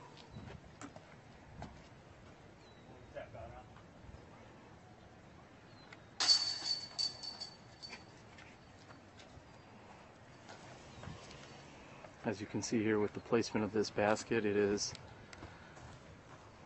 just as challenging to be putting as it is to be driving here on hole number 8.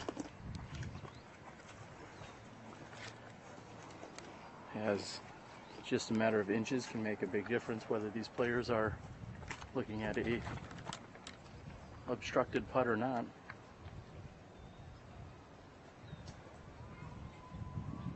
And after skipping past the basket on his approach shot, this is going to be Peter for 3.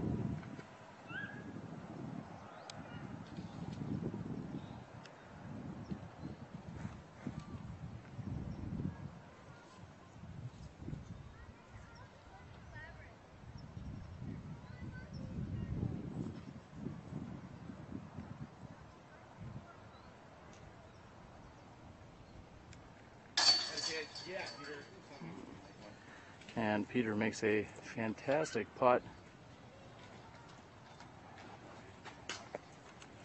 Save his par 3 here on hole number 8.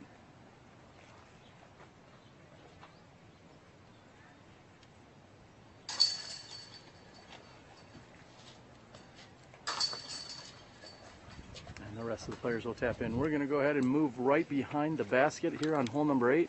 Give you a good look.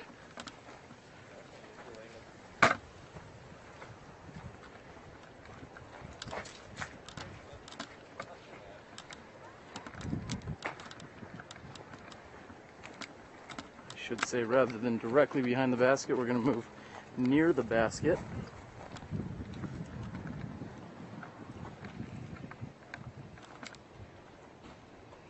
This is a slight fade from left to right, which should somewhat favor Max on this tee shot.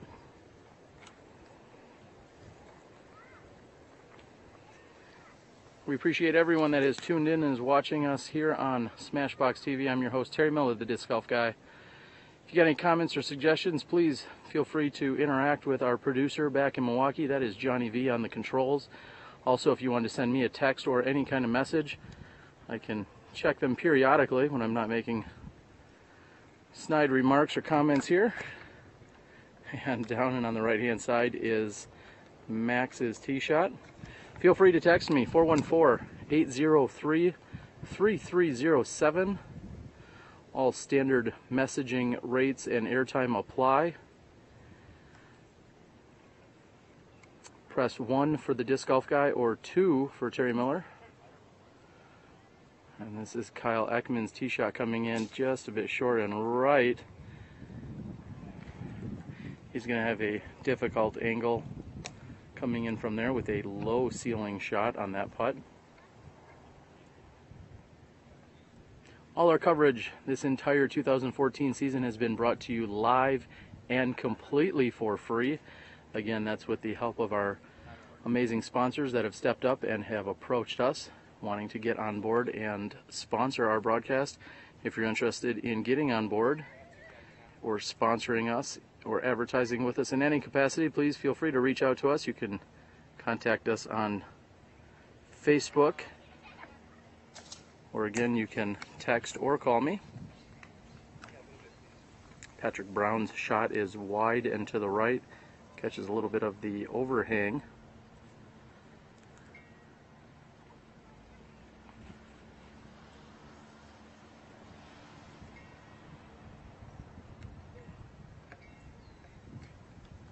And Dave Vincent's shot is coming in and beautifully lands just 8 feet short of the pin right here in this protected gazebo looking contraption.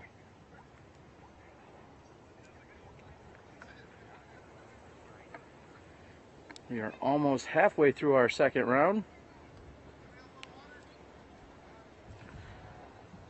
We'd like to thank all of our helpers and strategists out there. One of the likes, we're missing a Ben Ferris today. Ben, we know you're out there. We thank you for everything that you're doing and continue to do. We appreciate all of the support. Ben, part of the Team Legacy crew and lineup. I think he's officially referred to as Mr. Schmoopsy by his lovely wife. We're missing you here, Ben. Patrick Brown and the rest of the crew have a little bit of work to do here. Dave Vincent, however, is going to be excited to be lining up his birdie attempt from a mere 8 feet.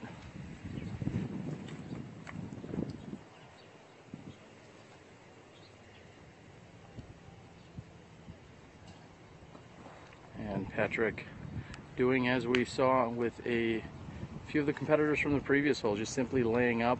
Again, if you do not have the correct angle to be coming in at this putt, it may be in your best interest simply to lay up.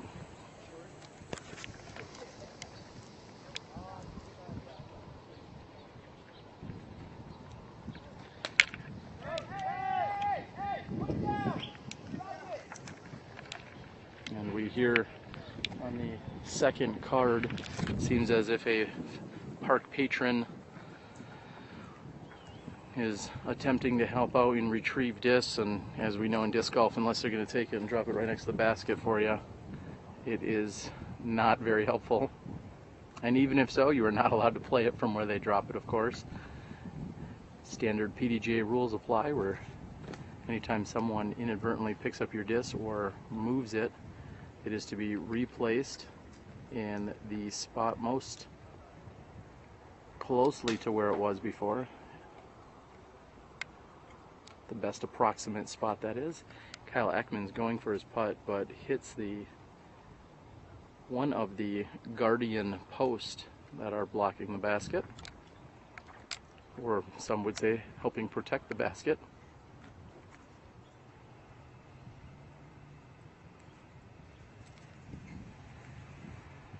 Max is within 30 feet of this pin, and he certainly has a white wooden post or maybe two to contend with.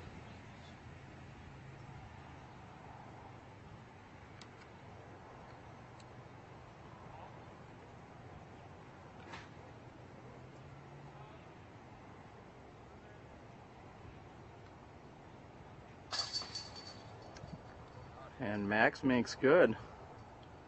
Very solid putt. He's going to be happy with the birdie 2 here.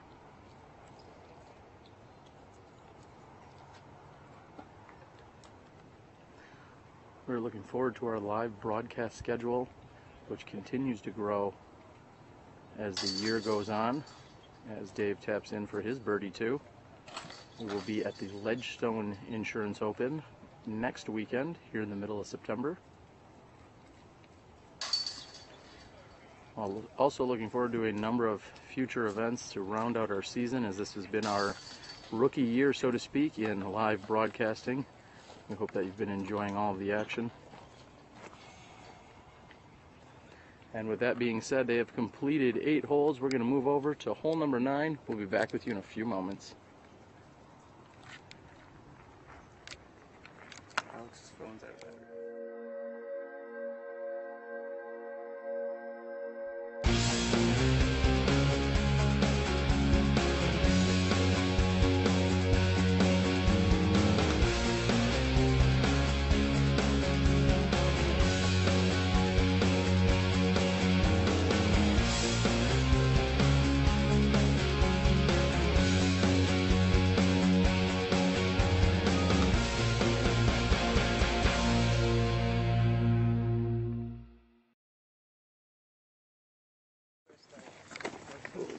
Need a fresh start?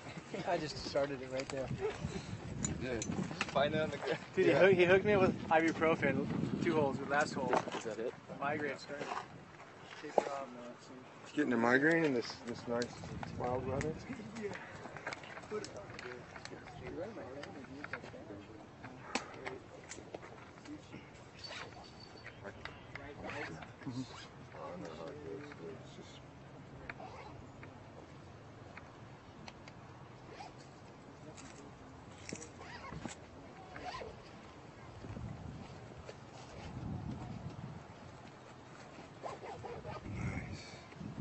Oh, let me get scores. Kyle? 3. I took a 3. Max? Vincent? 2.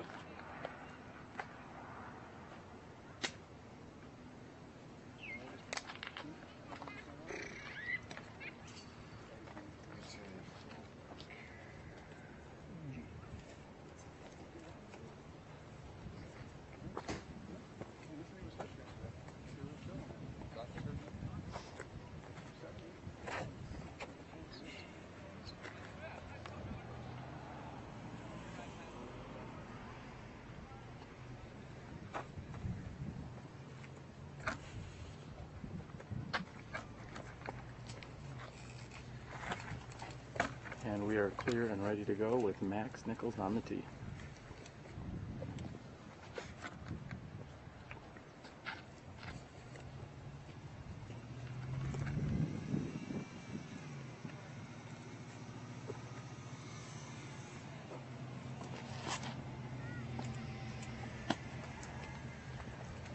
Max giving it just a bit too much air here as it's moving down to the right hand side.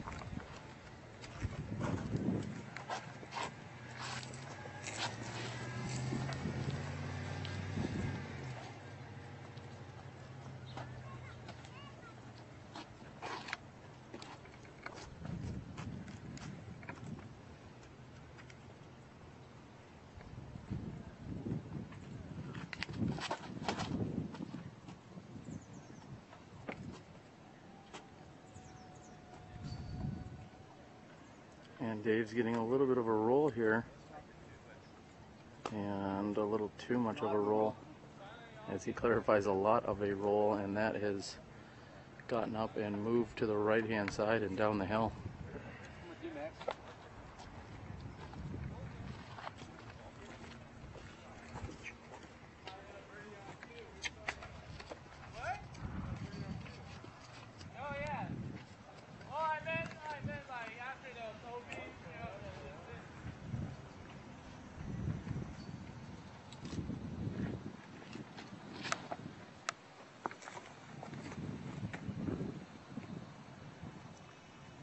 Kyle's shot comes in on the right hand side of the basket. Very nice looking shot.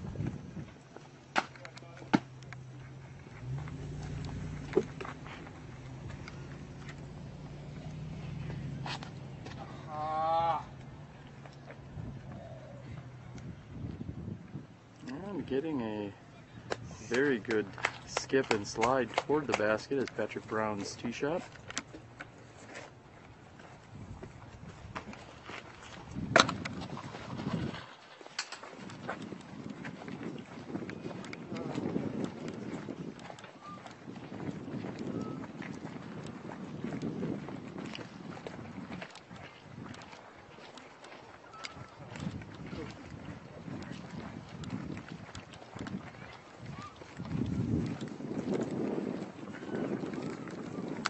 Feel a little bit of the headwind that is coming up as we're moving down this hillside, taking a look at one of the more beautiful views we've seen out here today.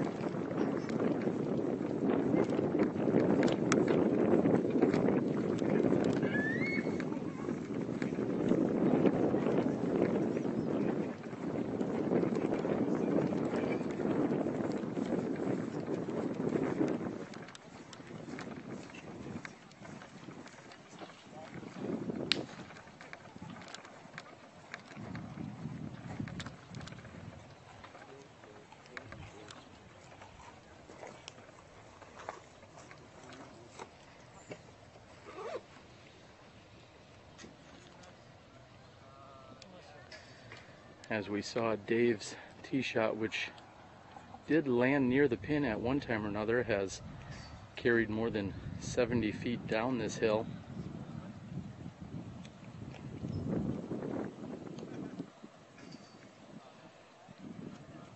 Max, on the other hand, throwing a lefty hyzer as if he may not have fully committed to the shot or put enough onto it. Somewhat stalled out on him and very quickly and easily hyzered down this hillside.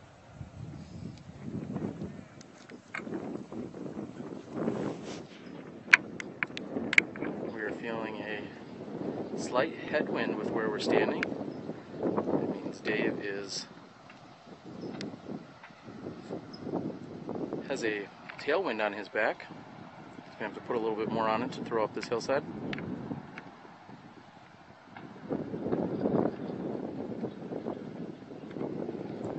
Nice shot to within 5 feet by Dave.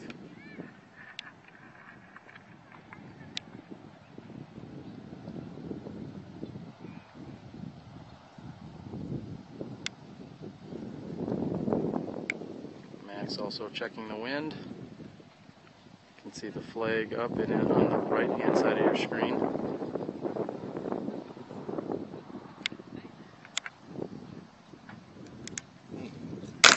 Giving it full power and then some is Max's second shot.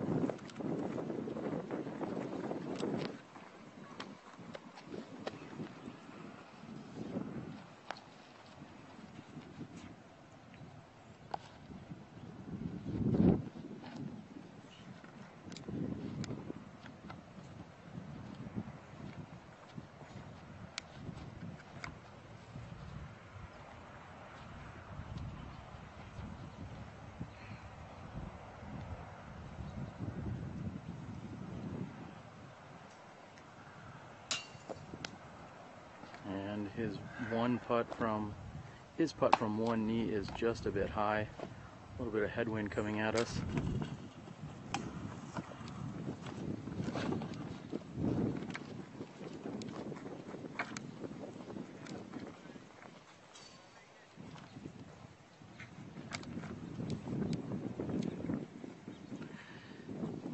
Max has gone at least 16 to 18 feet past the pin. Looking at a downhill putt.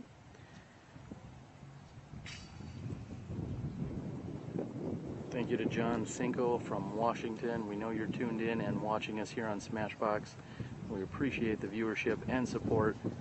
Thanks for tuning in. We hope you go out and like and share this broadcast and many others with all of your friends.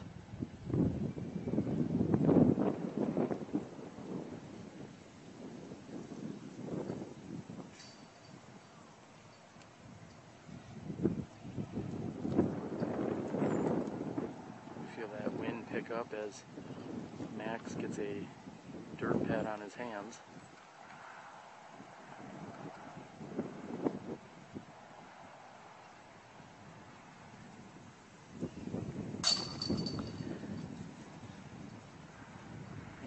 That's what Max does, which is makes putts.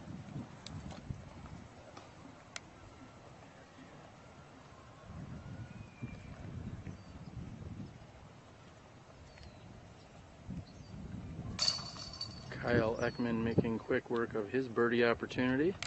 He's going to be the only player on the card to score the birdie too.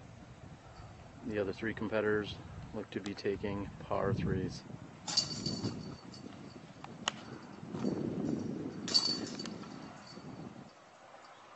There you have it. We are going to move over, a very short walk over here. We're going to move over to the next hole. Again, you're watching the 2014 San Diego Open. I'm your host, Terry Miller, the disc golf guy. We've got Johnny V back on controls, Jordan on the bag, and so many of you tuned in and watching. We appreciate everyone out there spending their Saturday afternoon watching live disc golf.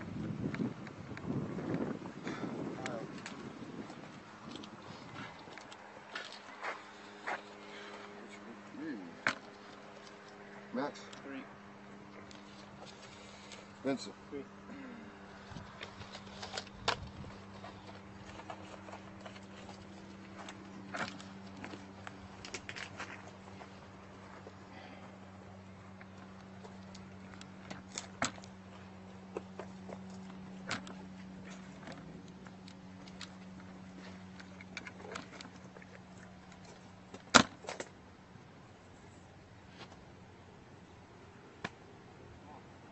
Kyle's looking for a little bit of a hyzer finish here.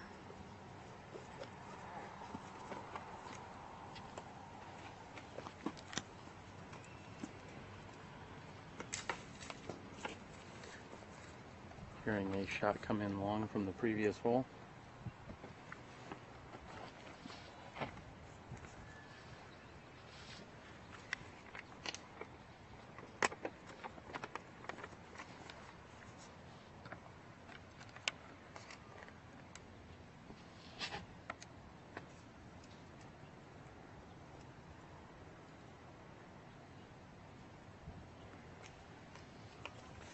Max needing a little bit more of a finish. Right? Oh, yeah, my bad. We're here on hole number 10.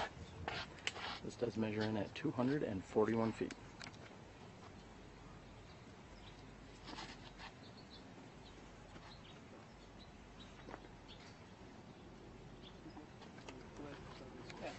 Dave Vincent's shot checks up nicely.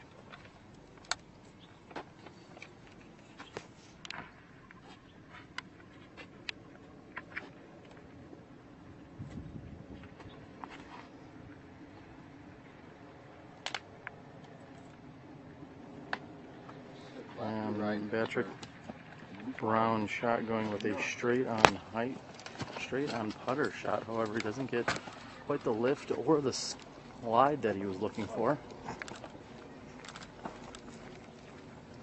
As you can see, this hole and this entire course, very hilly terrain as opposed to what we found over at the Kit Carson course this morning. One advantage to playing here at the San Diego Open with these two courses, you get two very different styles of course. Tomorrow we will be back at the Kit Carson course, say that 3 times fast, and we will be bringing you live leader card action shortly following the 18-hole leader card third round. We will then jump right into the finals when scores are tallied up and they can confirm the top 4 open competitors. We will be out for the live action, bringing that to you as well tomorrow. Just a few days after that, Thursday, September 11th at 4:30 p.m.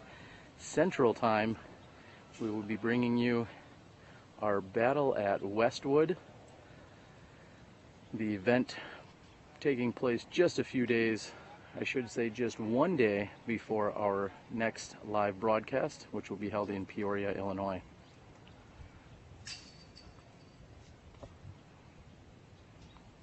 Competitors are confirming as to who may be out, and it looks like no one's really sure actually. There's a lot of finger pointing and confusion. And Kyle Ekman has found himself on the far right side of the basket. Looks like he's putting first.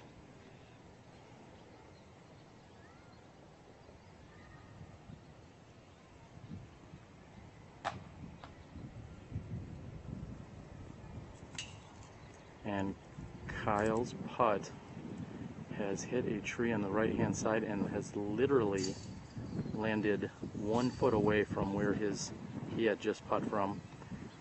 It is the second nasty roll away he has experienced today.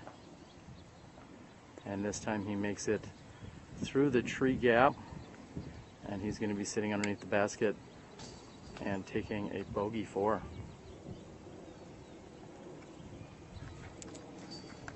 Max is down below the basket. He is just outside the 10-meter circle. He's looking at approximately 38 feet, nearly straight up this hill. He is in a lower, somewhat crouched position, just looking for his angle to try and get through the gap in the bush.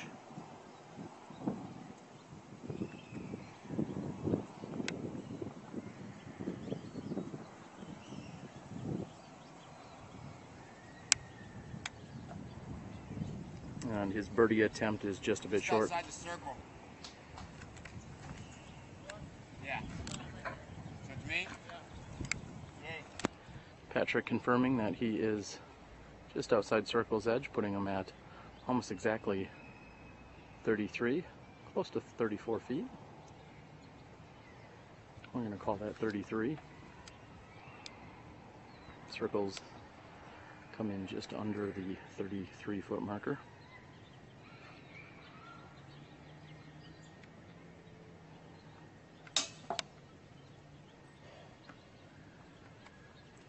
Patrick's birdie attempt is high and off the yellow band.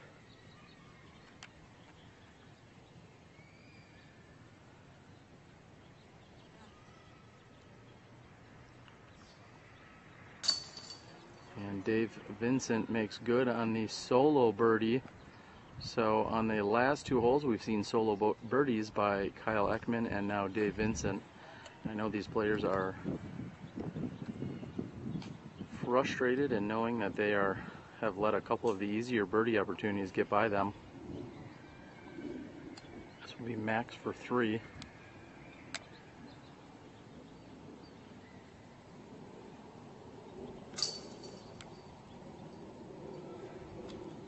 Patrick Brown's previous putt was just a bit high as he was putting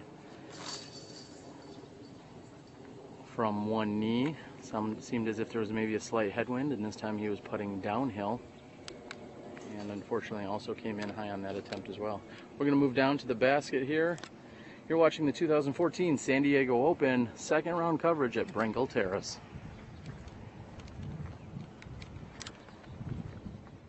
I'm Cale Aviska from Minnesota, and you're watching SmashBoxxTV, baby.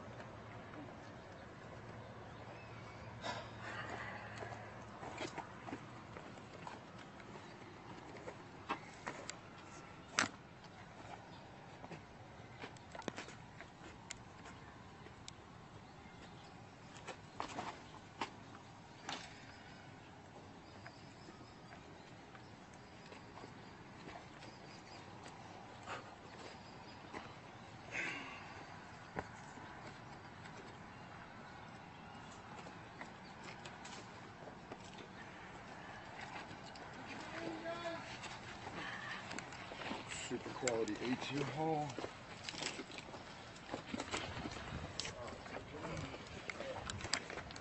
We are going to move down hole number 11 here, which, as you may have seen, is a very tightly congested hole.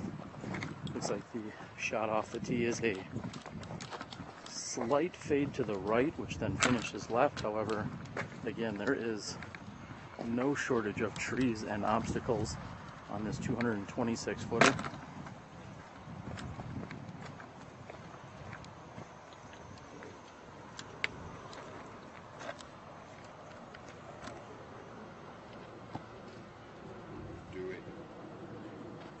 And on the left hand side,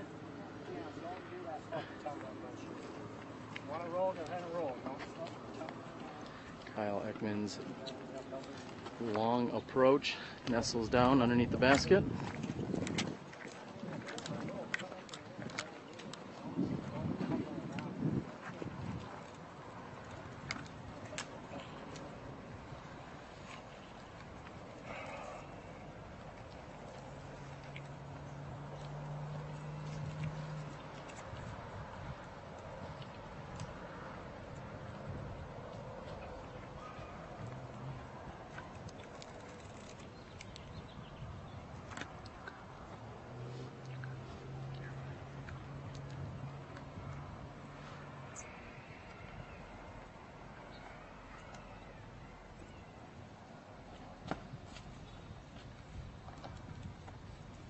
And Max has a jump putt through a small gap, and he perfectly executes it.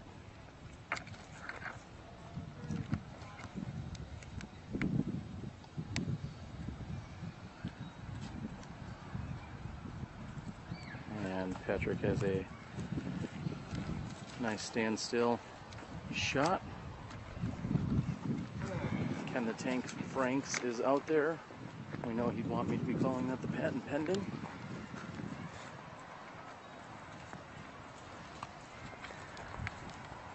As you can see, this hillside provides a challenge in itself.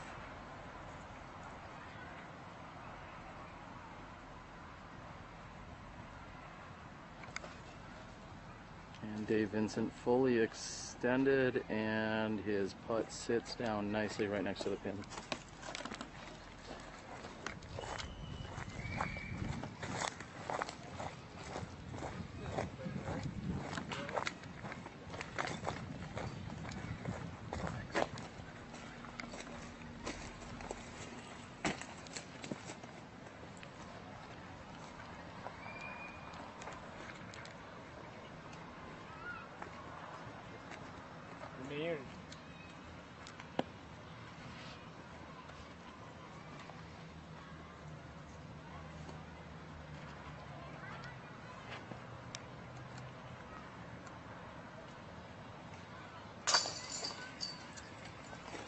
Max puts in for his par 3.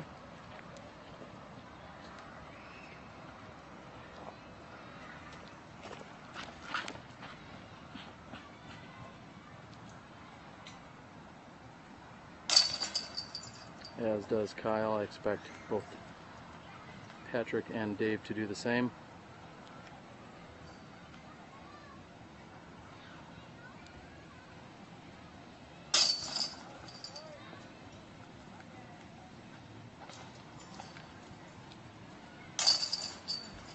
And there you have it.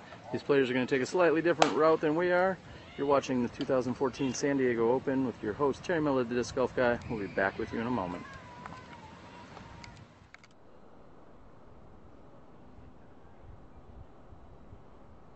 I'm AJ Risley, and this is The Gauge. With its reliable straight flight and its excessive amount of glide, the Gauge is perfect for players of all skill levels.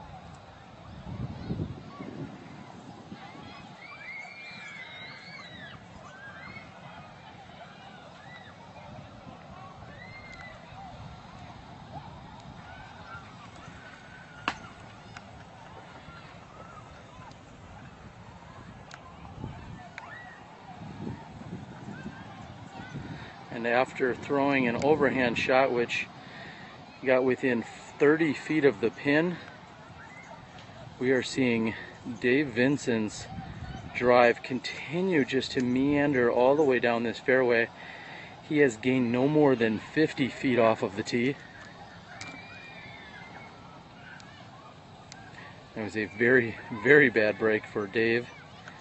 Next on the tee we have Max Nichols. This hole measures in at 212 feet. However, it plays closer to 275, if not 300, as it is on a steady incline all the way up this hill. And then the basket is protected by a large grove of trees. And Max has found himself past most of the guardian trees. He's going to be left with a straddle putt to his left for less than 28 feet for birdie 2.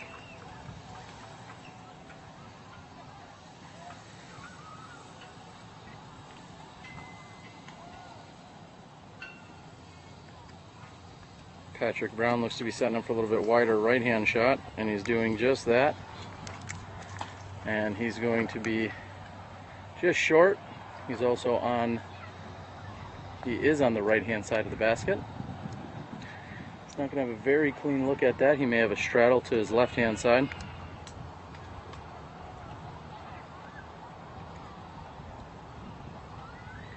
And Kyle Ekman, who has had his fair share of rollaways and unfortunate breaks today, has come up and is just a bit short. He's going to be looking at least 40 feet to the pin. However, it's going to be a very obstructed view.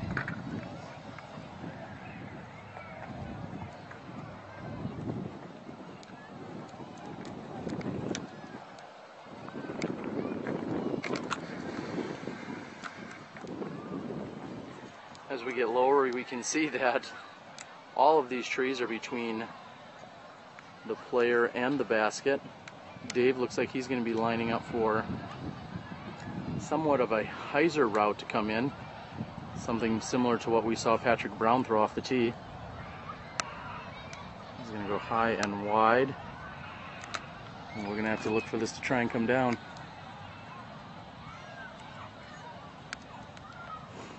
We see that is possibly his route. Now let's see if it can execute.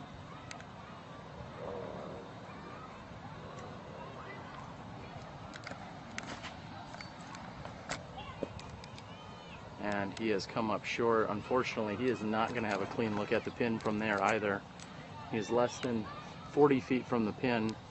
However, he has solid tree and branches between him and the basket.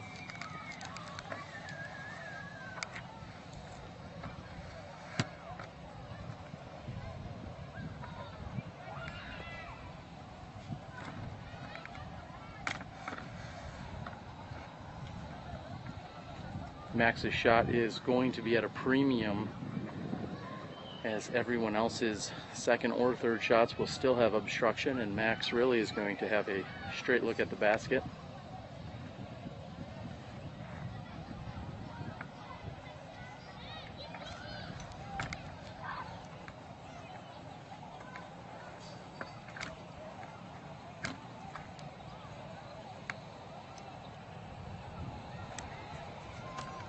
This is Kyle for his birdie attempt.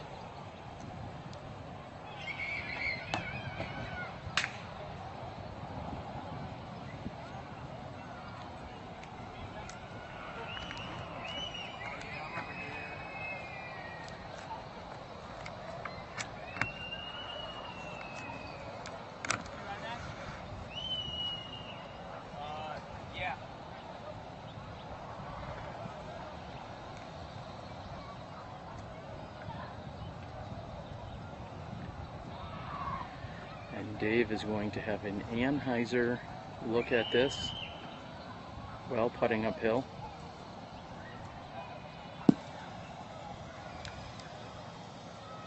And he comes up just a bit wide. Patrick Brown is going to be looking for the exact stance he's going to want to take. I'm guessing he's going to have a straddle to his left think that's going to be his best opportunity to get a good putting stance there. I can tell that he does not look thoroughly excited or enthused about the stance he's needing to get into. There's some thorns and brush on that right-hand side.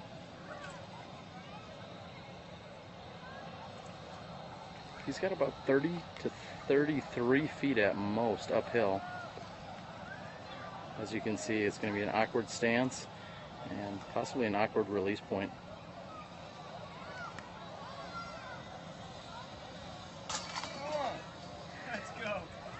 There it is, and Patrick making our clutch putt of the day thus far.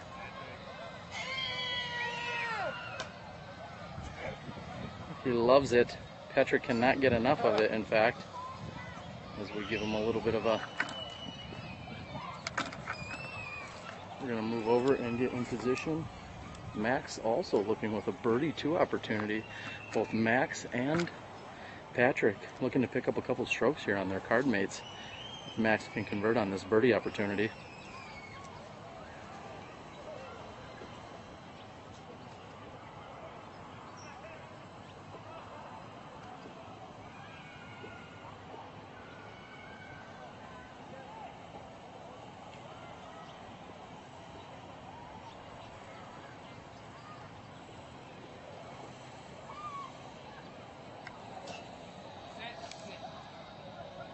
And both Max and Patrick hoping for his disc to sit after hitting the top of the basket again. With this very steep hillside, it is a high likelihood that a disc could get up and roll.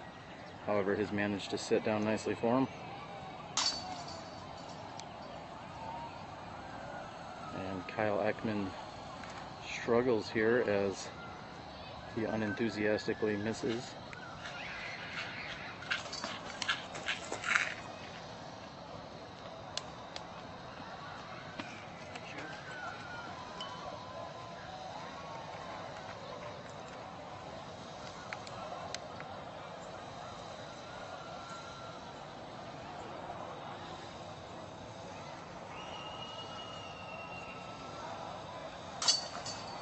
And Max makes good, even with screaming children in the background. Everybody's enjoying a little bit of this bounce house action. Dave will be tapping in. I mean, once in a while you put it in when it's a little soft.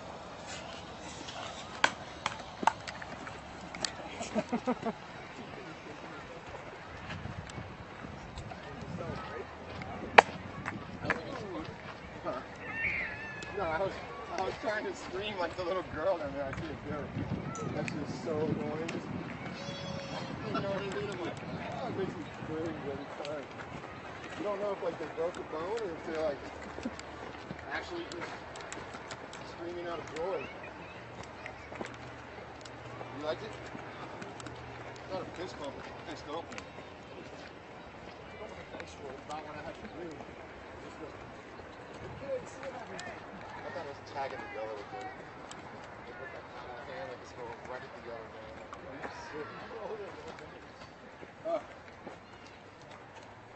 No, I didn't love it. I just said it.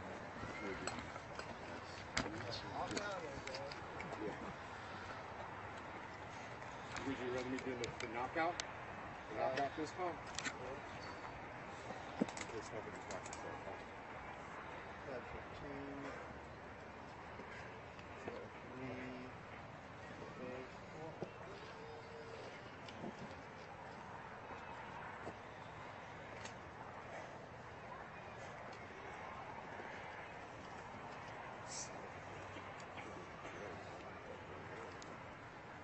Yes, sir.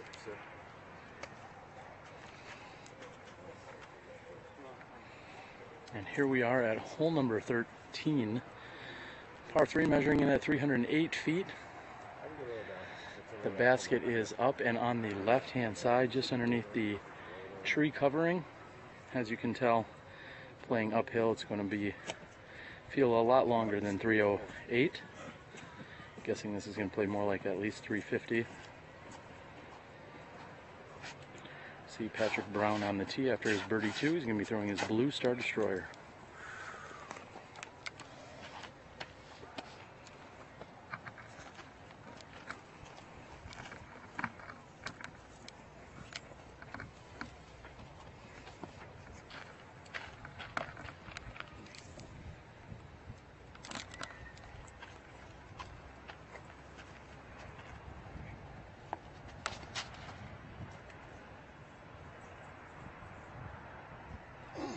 And it fights through.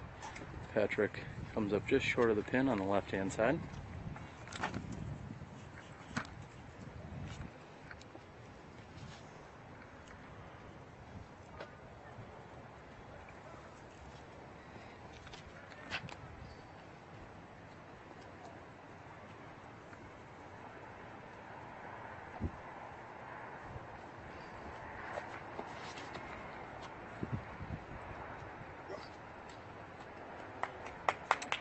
And right or left-handed, Max is going to be happy with that shot, especially for a left-handed thrower.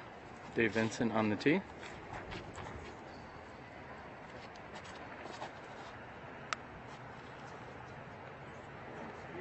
Dave going much lower, looking for that skip, and gets it.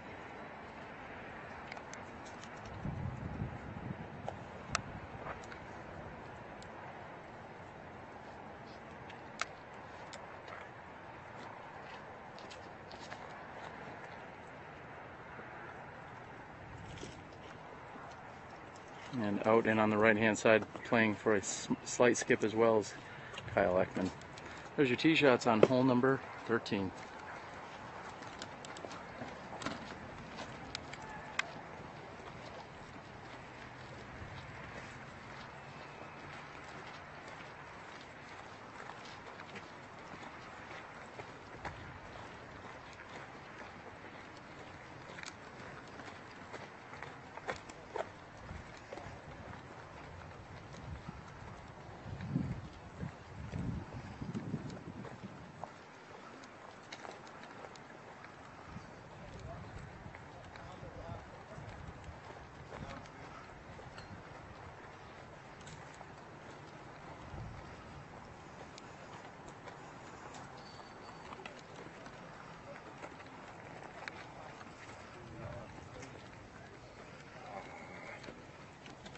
Yeah, nice sit in the rocks. Yeah. Tweakers off the green, please.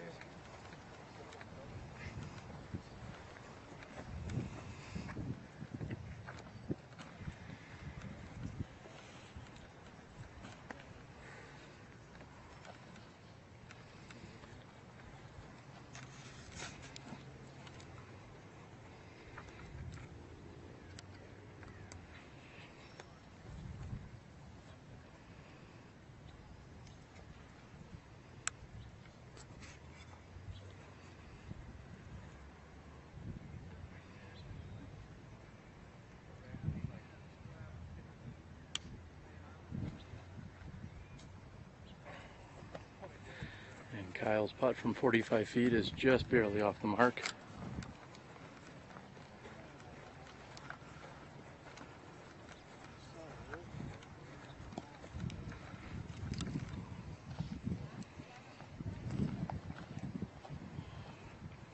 Patrick double checking the lay of the land.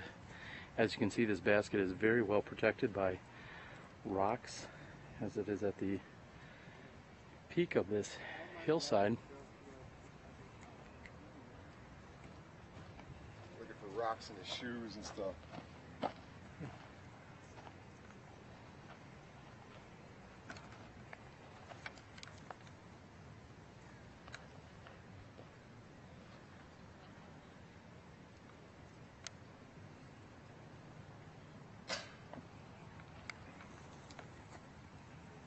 Guess everybody deserves one.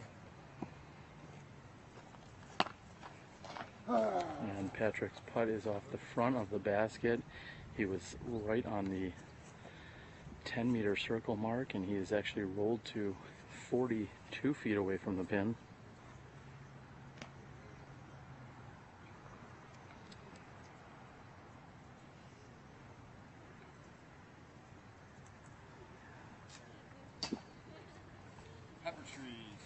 And he also hits off the front of the basket from there.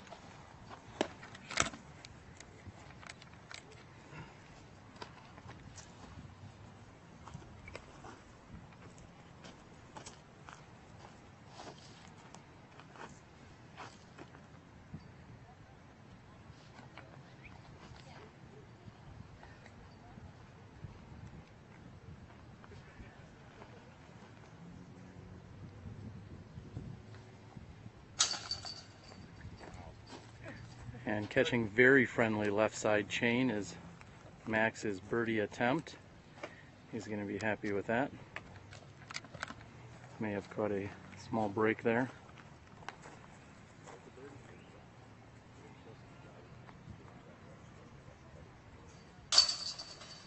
And Kyle, after being just a bit deep,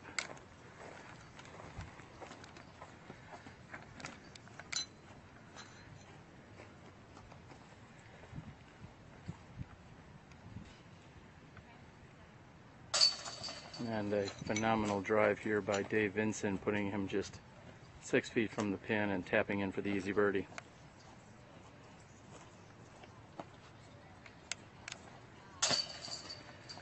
Two birdies, a par, and a bogey here on hole number 13.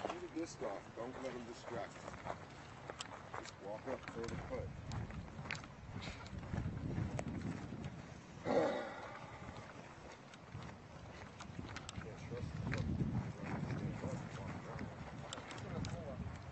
This one might be one of those ones to get in the middle of the fairway. Yeah, it'd be epic. The basket's kind of invisible from up here, but down there it's pretty cool. All right, with that being said, we are here at hole number 14, 385 feet.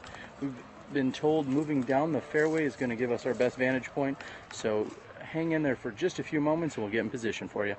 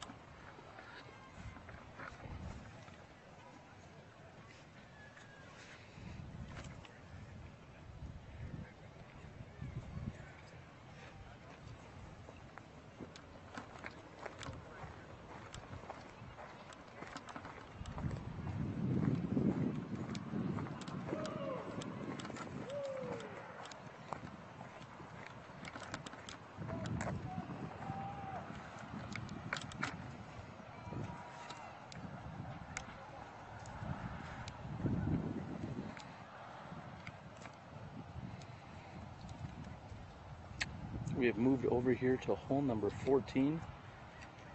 This is a par 3 measuring in at 385 feet. However, it is downhill. Most of these players will be throwing a mid-range of sorts or possibly even a putter. Certainly a reachable hole with the drastic elevation change. We've caught up with our second card. We just saw Peter McBride throw his birdie attempt. Scott Miller looks to be lining up directly behind the tree.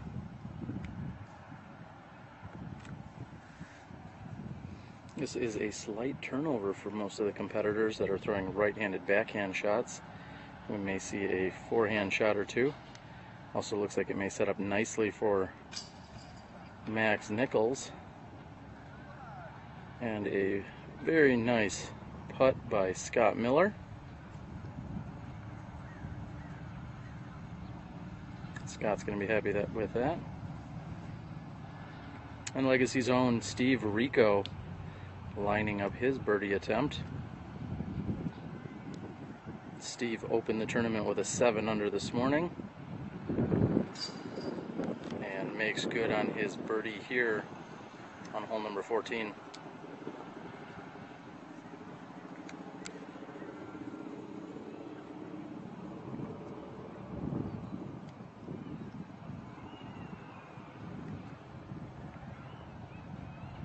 We are in a unprotected area of the course in that there's very little trees surrounding us. You do see a little bit of foliage and whatnot. However, there's no canopy, so to speak, as to where we are. Watching a few final putts. We're also on the edge of the hillside. Looks like this is one of the corners here of the Brengle Terrace Park.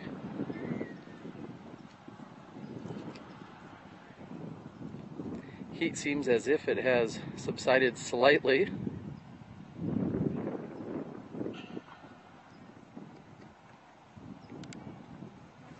We also feel a little bit of the wind picking up.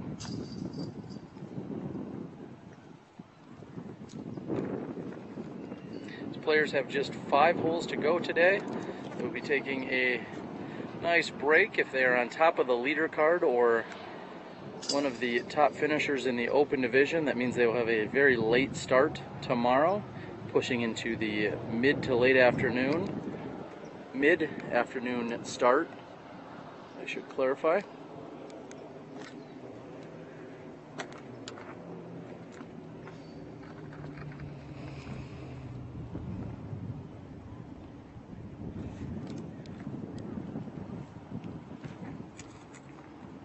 And with that high left chain but drop in on the previous hole, Max takes the birdie and also the tee.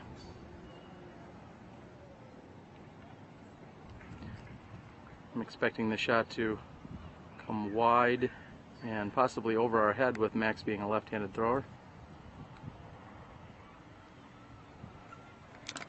And he has done just that, coming straight over our head and coming up just short of the pin.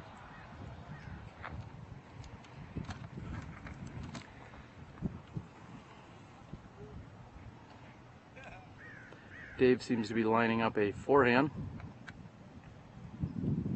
He has a little bit of headwind coming at him from that tee. I'm sure this is going to be a very overstable disc. And it skips off the road. There's a very shallow curb over there that may in fact have come back inbounds, but we're uncertain with the position that we're in.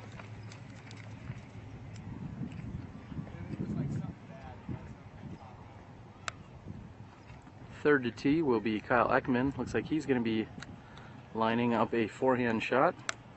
It's going to need a little more stability than what Dave had on the previous shot.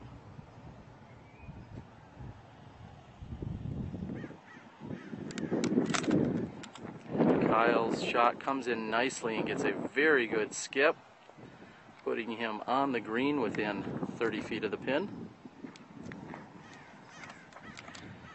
And Patrick Brown getting the roll away on the previous hole. Takes the bogey 4 and is throwing a high, wide putter shot. And we see it come in past the basket. We're going to move down toward the putting green here on hole number 14 as the players make their trek down this hillside.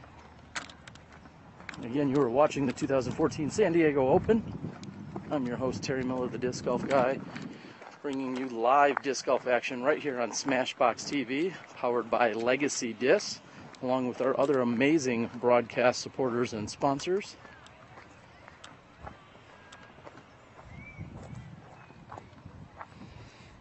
And we look at this area, which has very little obstruction in the immediate green unless you were to go long and right into one of the bushes on the right hand side.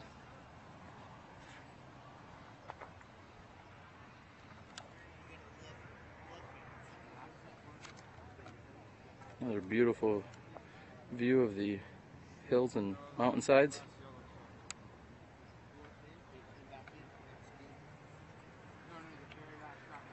We'd like to thank everyone that is tuned in, of course, and watching our broadcast. We frequently get questioned as to how many we have on staff or crew, and we'd like to proudly say that most of our broadcasts are in fact completed by just 2 individuals, usually myself and Johnny V back at the controls. We also have a support network on any given event, as in today with Jordan helping out on the bag and a few other helpers and supporters, but for the most part it is a two-man operation, and we're so glad we could be out here providing live disc golf to you guys week in and week out.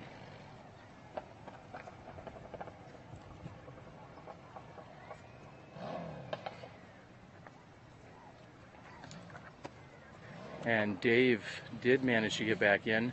We saw his forehand shot come out and wide. However, with that very shallow curbside, he was able to scoop back inbounds. He's going to have a blind look at this basket. He's no more than 80 feet from the pin. However, he's got to get up and over a hill on this blind short side of the basket.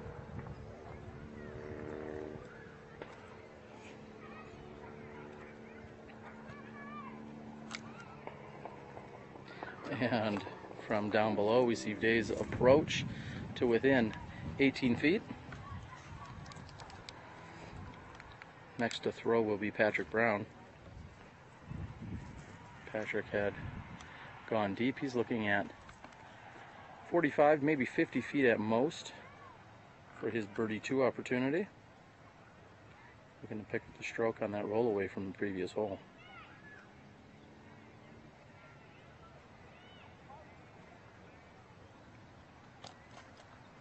And Patrick's putt is low and on the right-hand side.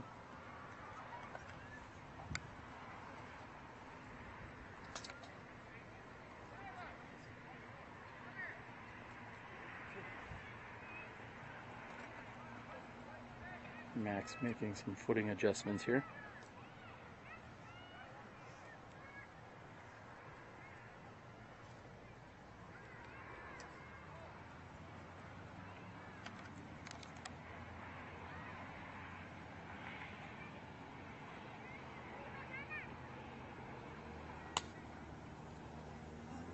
And right out of his hand, Max was not pleased with his effort.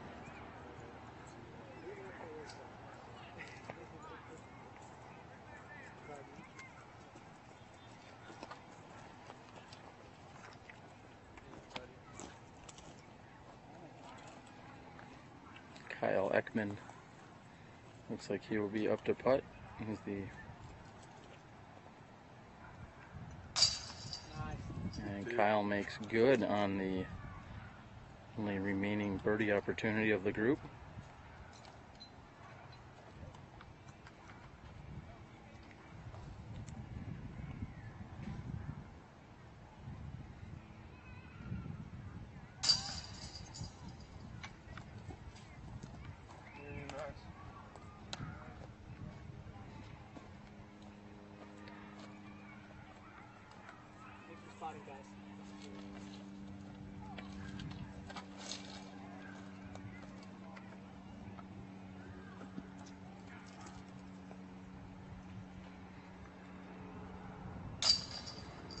And Patrick Brown makes good on his attempt for par.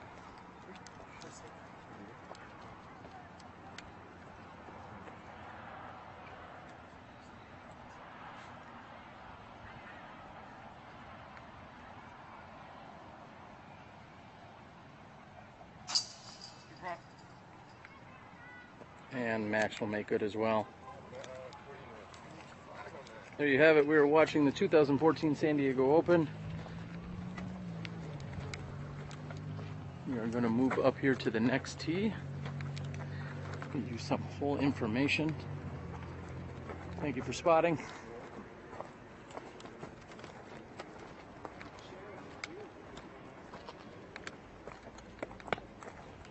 We're moving over here to hole 15, measuring in at just 220 feet. However, like we've seen on previous holes, the distance can be very deceiving as elevation comes into play.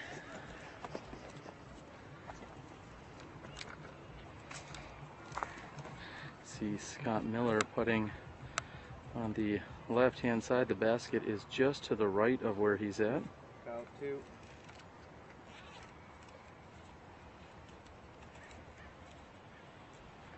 Patrick 3. I got a 3.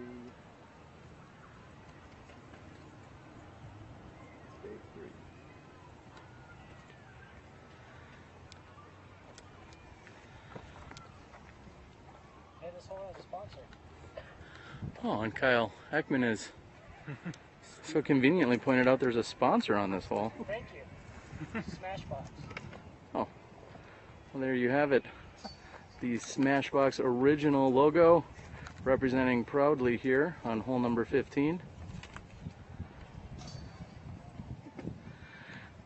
Very fitting that Kyle notices, as Kyle was in our very first ever broadcast over at the Silmar Open. Kyle also acing during that broadcast, making very quick work of our crew getting their first ace on live coverage.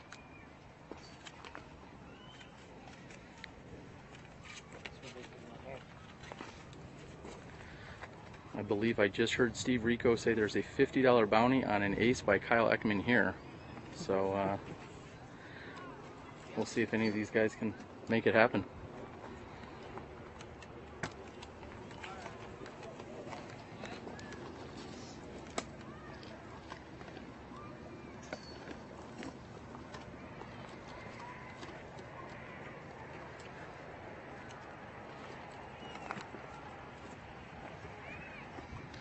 .220 feet, par 3, hole number 15.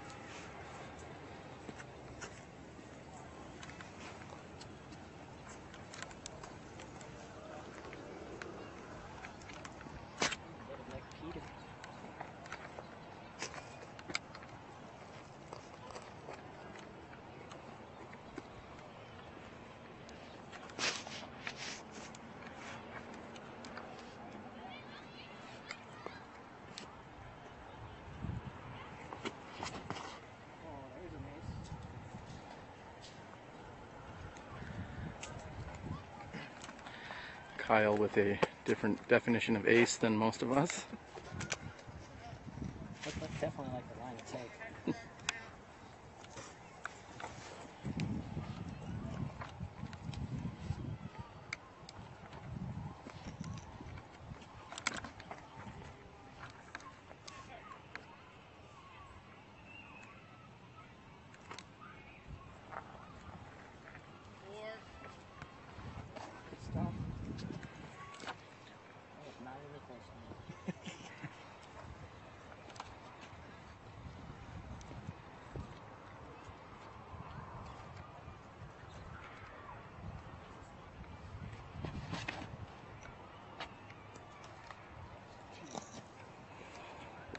Max trying to fight through that right hand side. Looks like he may have been hung up.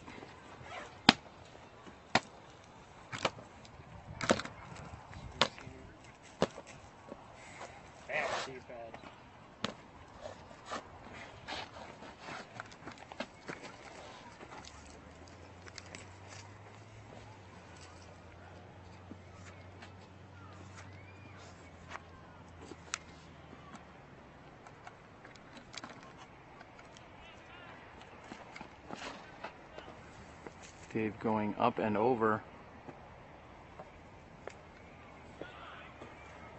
and we see it on edge, and it does sit down for him. He's gonna have a putt from there.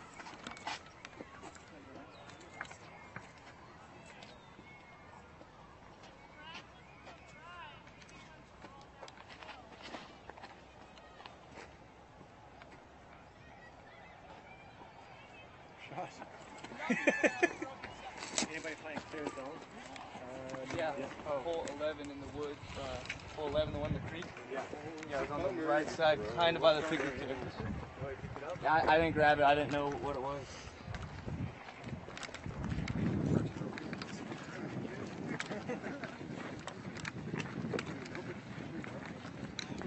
As you can see, this is a very steep incline for these competitors. If you move up onto this green,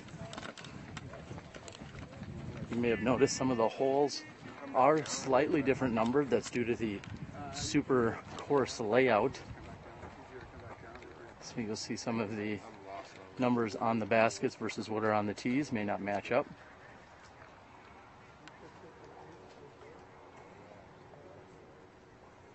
We are rounding out the last few holes here of our broadcast today. It's been a very long and tiring day for everyone out here battling these courses, especially playing the Brengle Terrace course second, which is very hilly.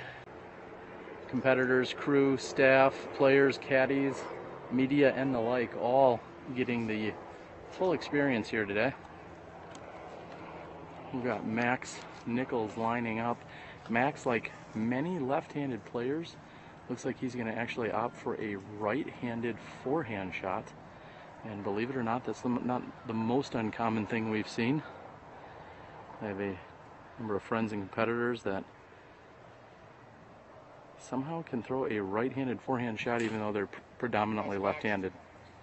And he's executed that perfectly.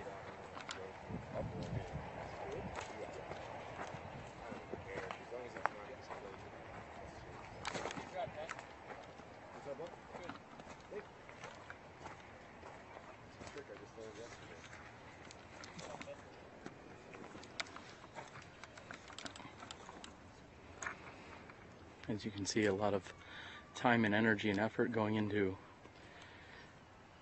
putting this hole in this location, along with creating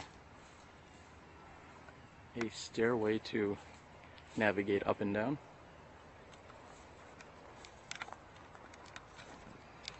Kyle Ackman is on the right hand side.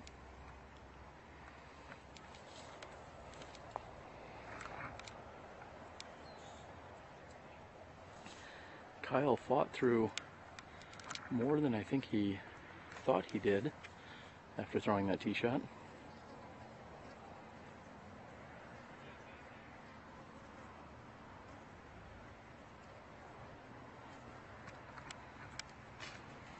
And just touches off the left-hand side of the basket. Very nice attempt by Kyle.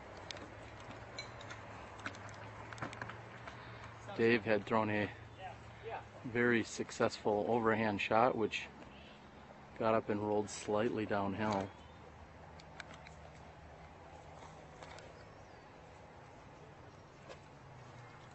Let's confirm that he is just outside the circle's edge here.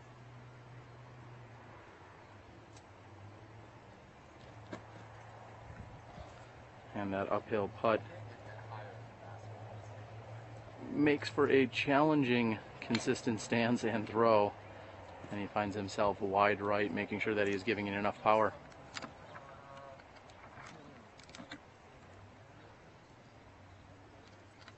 Patrick Brown left with less than 15 feet here. He's going to be able to pick up at least one stroke on his entire card if he can convert here, and he does so easily.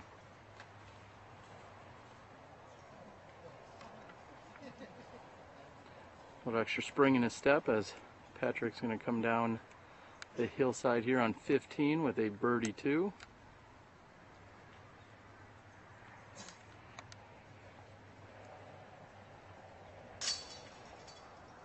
Dave makes good, although it's just a few feet. He knows if he misses that putt, he's going to be walking 50 feet down a hill, so make sure to take your time.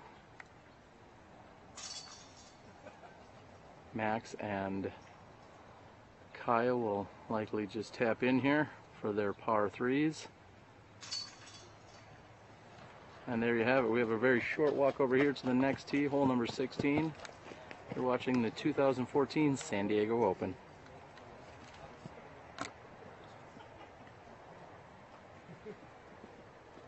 Hi, I'm Don Loper with Loper Financial Group, where the best investment is a great agent. So happy and proud and excited to support SmashBoxxTV and their live disc golf coverage. Play with confidence.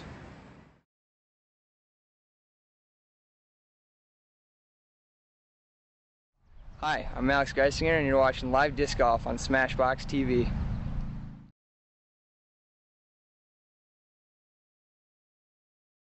I'm Kelsey Wilmerding, and you're watching live disc golf on SmashBoxxTV.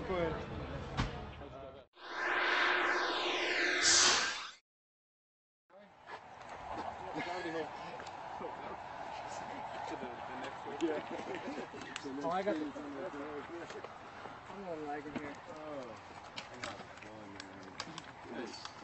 15, Kyle. 3? That dude? Yes. Yeah. After a long day of competition, we are rounding out the final 3 holes here. This hole playing 262 feet downhill. Players want to make sure that they do not go deep of the basket, which is easy to do with it being downhill. If it's in the orange spot that it was, yeah, you got a little bit of room.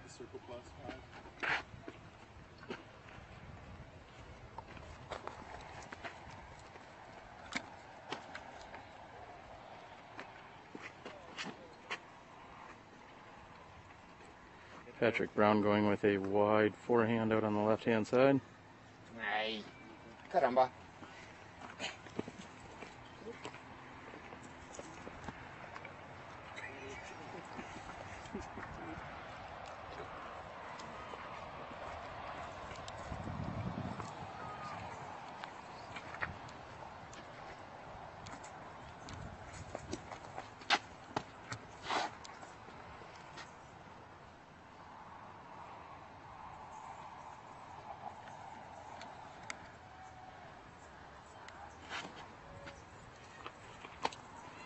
And Kyle Ackman going with a standstill throw. And unfortunately hits the sidewalk and skips straight. OB is path and beyond.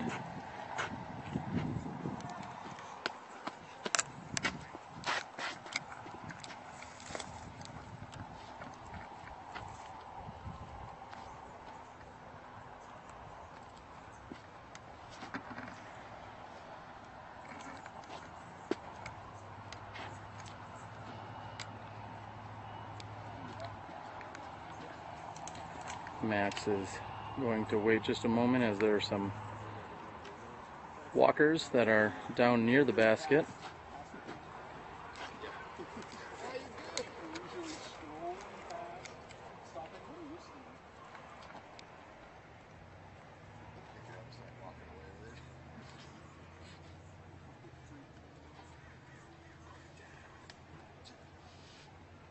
Max will reset. He's looking for the wide lefty hyzer route here.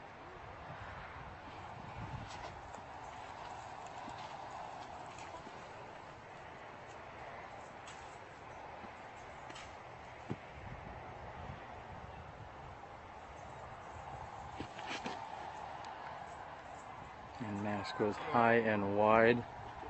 We're looking for that to come down, and it has come up just a bit short.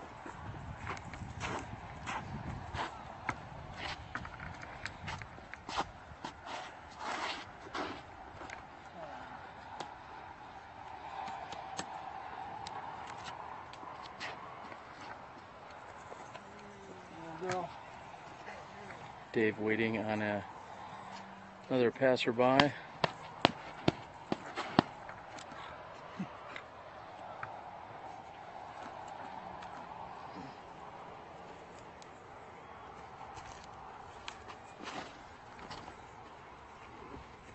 Dave going with the overhand. Oh. And looks to be just a bit deep. There you have it. That is hole number 16, par 3, 262 feet. Those are your tee shots. We're going to see who can convert and who can possibly salvage their par.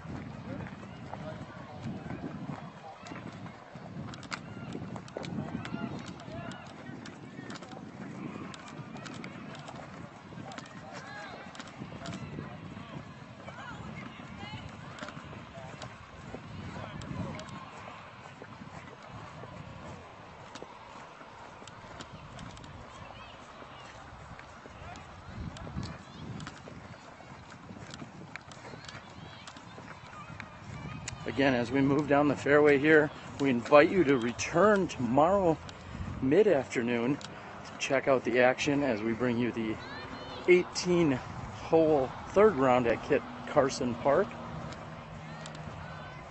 We also want you to like and subscribe to us without the multiple or additional syllables there. We'd like you to like and subscribe to us on Facebook and on YouTube. That is the best way to keep in touch and up to date with all of our live broadcasting schedule. You can also reach out to me on Facebook at the Disc Golf Guy. You will find me there. You can hunt us down on Twitter or any number of other social media sites. I had to think about all the different ones that we have. At SmashBoxxTV on Twitter is certainly a way to reach us as well.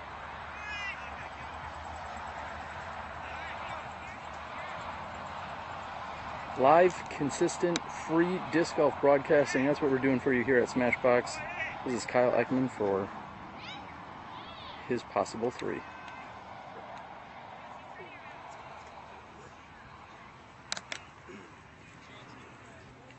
You're inside the circle out there, right? Yeah. How far are you out? I'm a little in. Oh, it's me then. I'm not really feet out.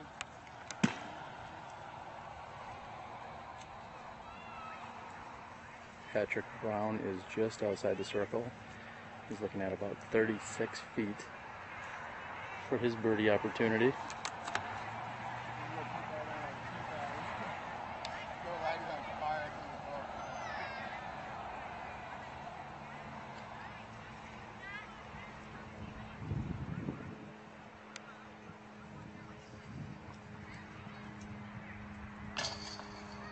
Oh, and somehow Patrick is confused as to how that comes in and out of the basket.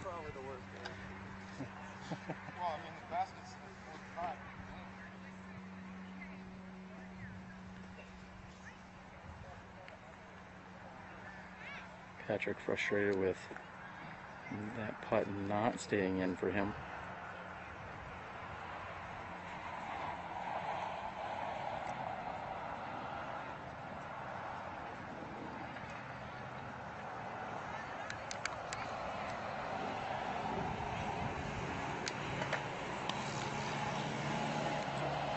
And Max Nichols looking at a slightly downhill putt, knowing there is OB if he were to go and carry way past the basket. Not sure if that affected his mindset or not. Dave had gone OB directly behind the pin off of his overhand shot. He's got a great opportunity to still salvage a par. And unfortunately, fatigue and or frustration may have caught up with him, and he's going to be off the front of the basket taking a bogey 4. Looks like we will see bogey 4s out of both Kyle and Dave, and par 3s from Patrick and Max. Certainly a hole I would not have expected this leader card to go 2 over on. 262 feet downhill with a little bit of OB behind it. Drew Gibson would say, hashtag the struggle is real, and here we are. These gentlemen just have 2 holes to go. We're going to finish strong. You're watching the San Diego Open presented by SmashBoxx and Legacy Discs.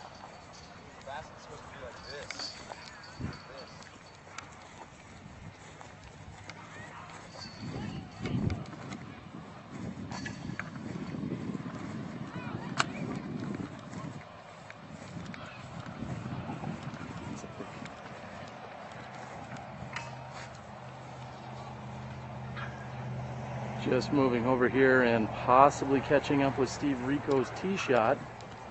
Tough to determine exactly how good of a shot that was.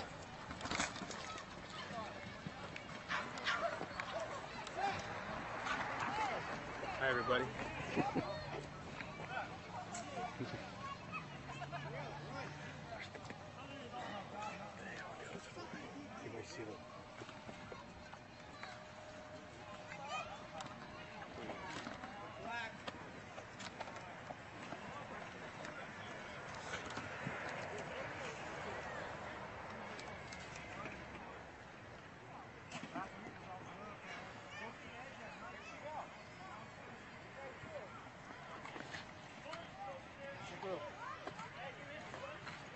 Scott Miller firing into the right-hand side Unfortunately, that one seems to be coming back.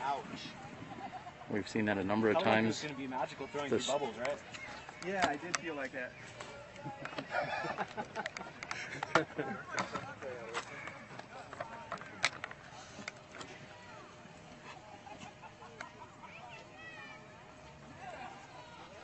We're here on hole 17, measuring in at 295 feet straight uphill.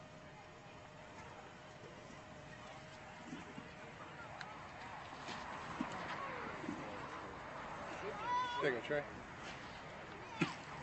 And that looks to be a very nice shot that comes in flat and sits down, which is exactly what you need here.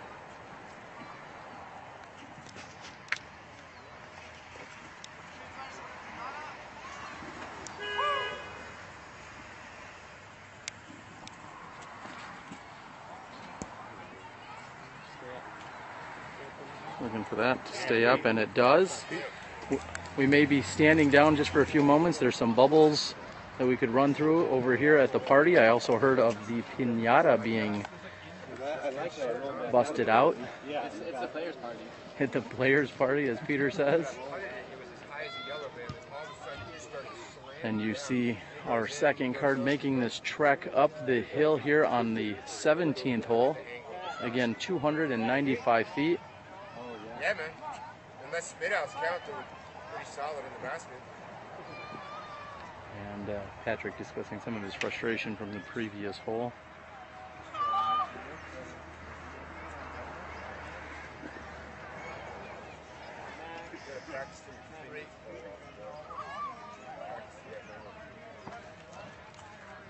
As you can see, some of the action taking place here on the left-hand side. Do our best to bring you a scoring update. Showing with Max Nichols sitting at 14 under par, Kyle Ekman and Patrick Brown at 13 under par, and Dave Vincent currently sitting 7 down. I'm guessing we'll see a slight shift for our leader card come tomorrow.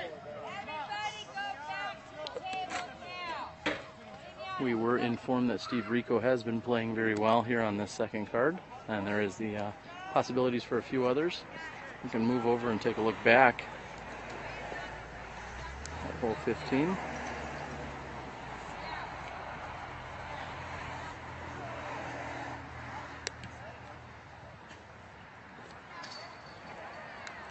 Very nice putt from the sidewalk.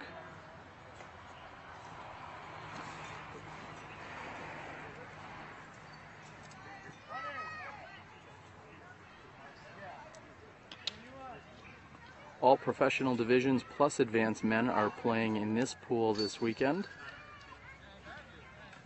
Everyone else is playing the opposite course configurations in that they played Brengle Terrace this morning and Kit Carson this afternoon, as opposed to what we've seen today with the groups we followed. They are not playing as challenging of a configuration.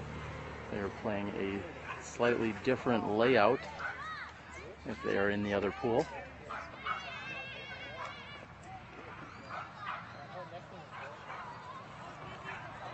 And again, we see TJ Cruz, Kyle Ekman, and Dave Vincent.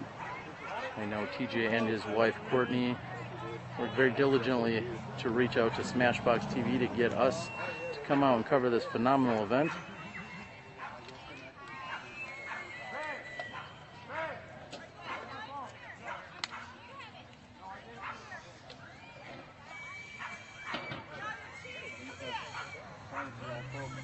And it seems as if there is some action taking place over in the trees.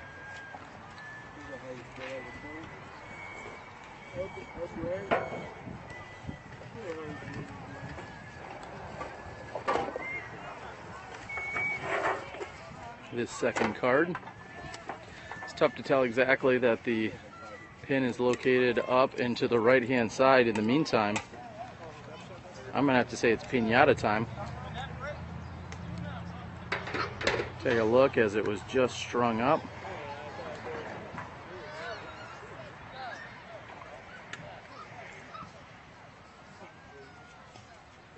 I know some of our players would like to release a little frustration and go take a whack at that piñata.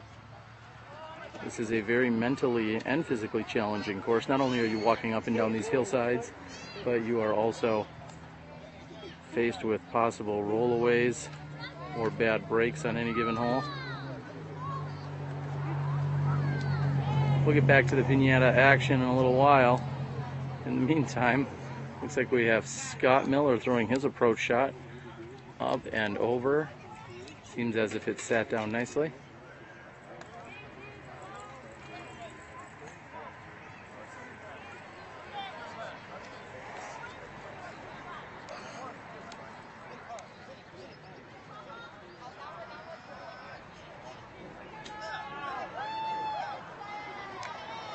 And with golf not being an option or visible at the moment, this looks like just as much fun, if not more, if you ask me.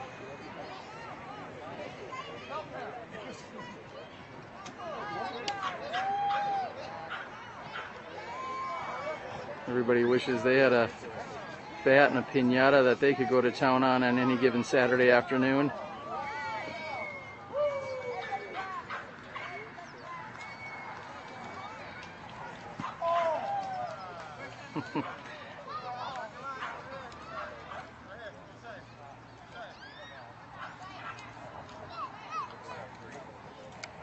All right, and back to the serious stuff as we're watching our competitors. Again, not only do they have this treacherous hillside to climb up, but they also have to maintain putting focus and come in at just the right angle. Otherwise, there's a likely chance a disc could get up and roll on them. In the meantime, we can move over to the tee on hole number 16. Should be able to check in with one of our other groups.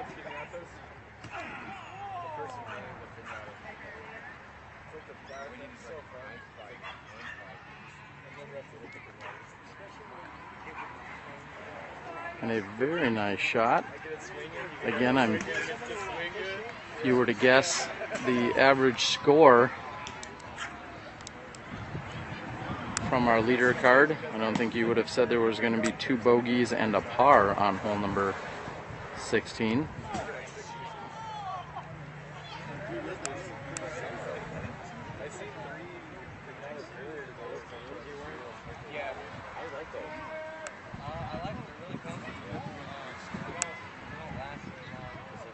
In the San Diego area, certainly come check out all of the area courses. Of course, this weekend we're seeing Kit Carson and Brengle Terrace, the legendary Morley Field. If you can get out here quick enough and early enough, you can get a round in before it becomes too chaotic during the day, as it is a very popular course.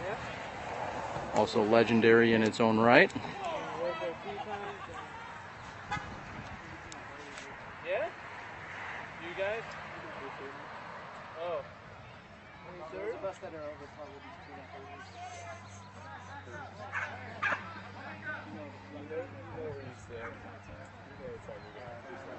Again, Max has had the luxury of having his brother on caddy duty for the entire day. Anytime you can take a break and or give your shoulders and back a little bit of relief, including a long 36-hole day, certainly take advantage of that, and Max has been able to do just that.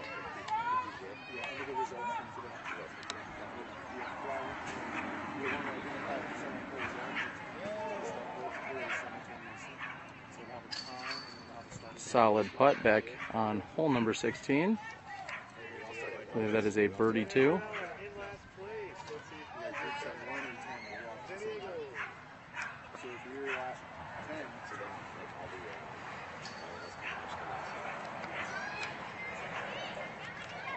And we are back and live with Patrick Brown here on hole number 17.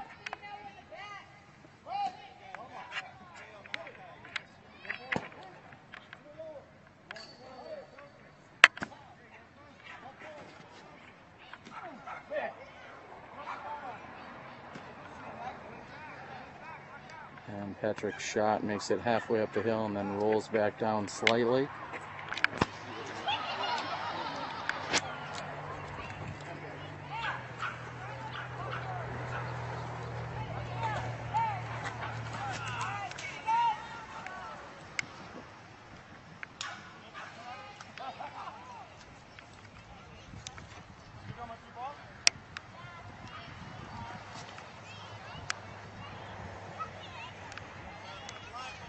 And the lefty Max has a distinct advantage here as he's coming in on this left to right bending hole.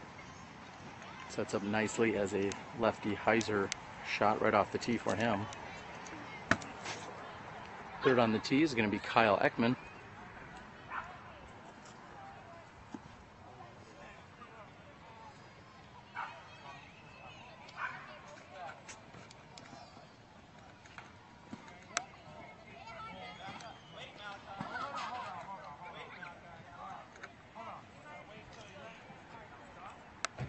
And Kyle's shot fights through the trees and lands about halfway up the hill.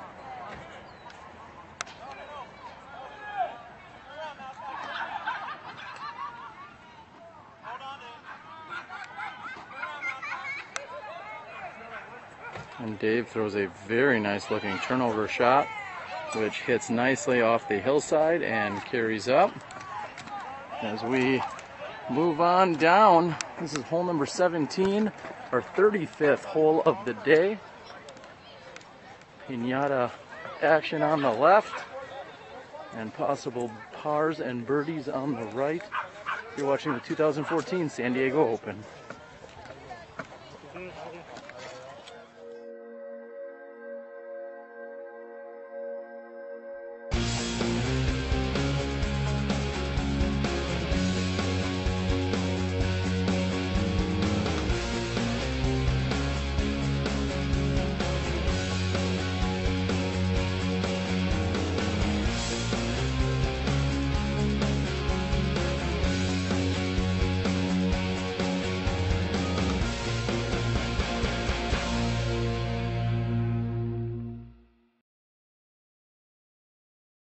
I'm Paige Pierce. You're watching Live Disc Golf on SmashBoxxTV.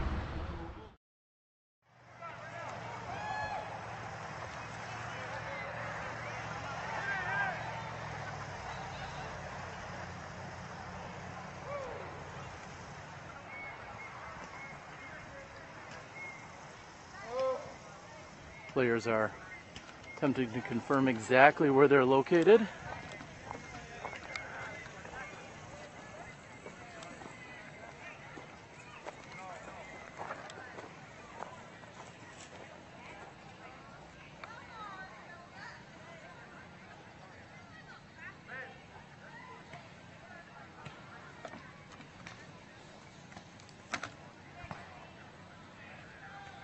Max will be first to throw.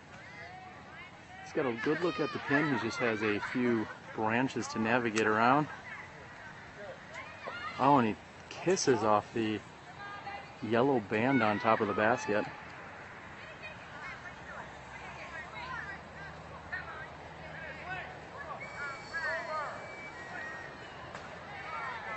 Patrick Brown was within a few feet of where Max had thrown his drive to.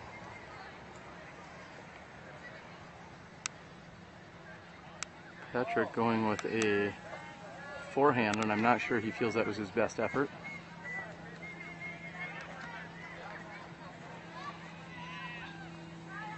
Like many of the holes we've seen today, it is not just about how far you throw it, it is certainly at what angle does the disc land.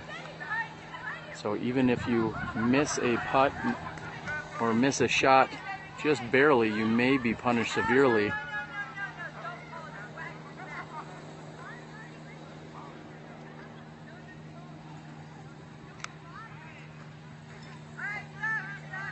And Kyle has a nice straight flat putt, however it is short as he's putting straight uphill.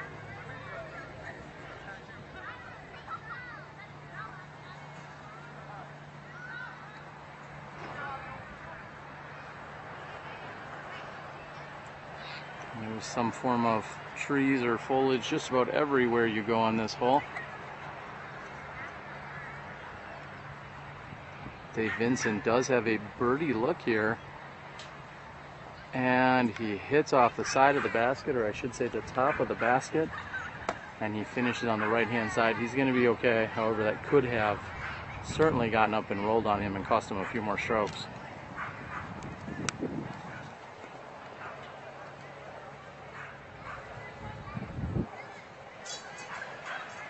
Patrick Brown makes good on his par opportunity. So glad that you could tune in with us all day long, bringing you live disc golf coverage. Again, we're free, consistent, and here just about every other weekend at SmashBoxxTV. We are so glad you could join us. Watching Dave Vincent put in his putt. We're at the San Diego Open. This is a PDGA A-tier event. Live broadcasting made possible in part due to our amazing sponsors in Legacy Discs, Keen Footwear, Miles Parkhill of Paragon, Night Eyes, Don Loper Financial Services, and all of our amazing viewers out there. Thank you guys so much. We're going to have a lengthy walk over to hole number 18 where we will bring it in as our final hole of the day. Stay tuned. You're watching the 2014 San Diego Open.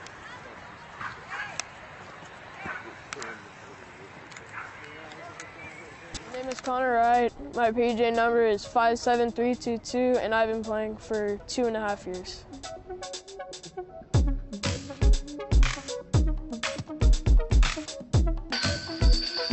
My favorite thing about disc golf is all the people that are associated with it, and also just like the flight of the disc.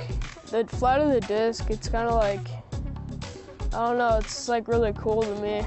Having like that pullback and just knowing that you generate that much power, I mean, it's pretty cool. It just feels good.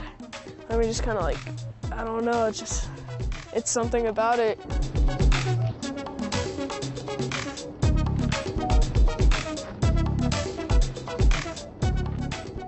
Well, my favorite disc is a Pinnacle Rival. I've had it for like probably 6 months now, and it's like the perfect beat-in. It's like my most reliable disc. I use it probably 40% off all the tee pads. I mean, this thing is like my go-to. Like, I don't know what I would do if I lost it. It's one thing I finally figured out with my putting. Finding a routine is like one of the biggest things for me. Honestly, if you don't have confidence in your shots, then you're just not gonna play good, because if you look at your shot and you look at your line and you think, well, I'm probably not gonna hit this, but you throw it anyways, you're probably gonna mess up. But if you say, you know, it's gonna work out perfectly, you imagine your disc flying through that line, it's gonna work out. Play with confidence.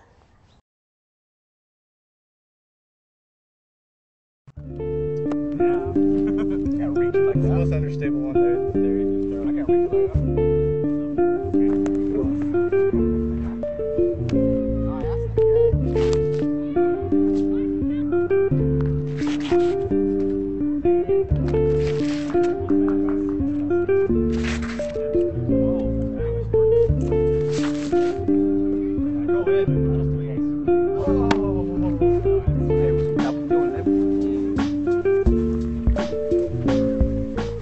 What is like the thing that tells you the disc is done? When you like, now this is ready? When he puts it in his bag. He says that? When he puts it in his bag, it's ready. Yeah, we kind of throw it, test the different runs, and go with what's flying the best, most consistent. We can go up and down with different weights to change the flights and do different stuff as we're testing them. You know, different colors matter also. So. About 8 grams difference. We made and designed the mold to do a specific thing. So we're out there testing the mold, testing the plastics to make sure that's how we design the disc so it can fly the way we want to.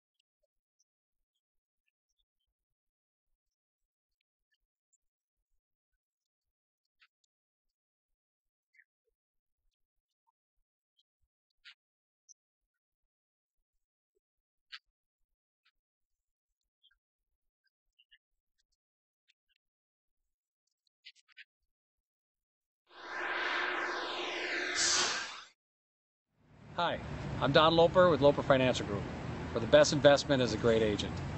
So happy and proud and excited to support SmashBoxxTV and their live disc golf coverage.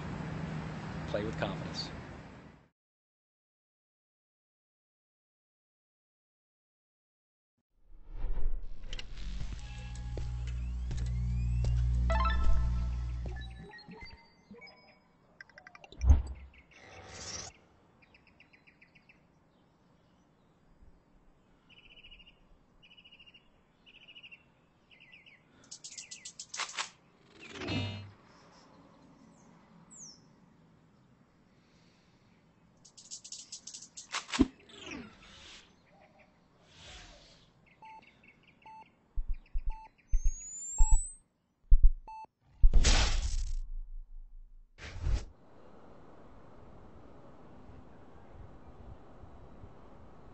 I'm AJ Risley, and this is The Gauge.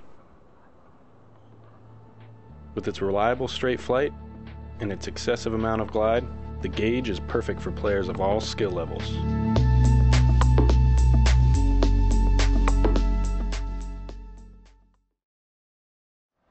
I'm Steve Rico, and you're watching live disc golf on SmashBoxxTV.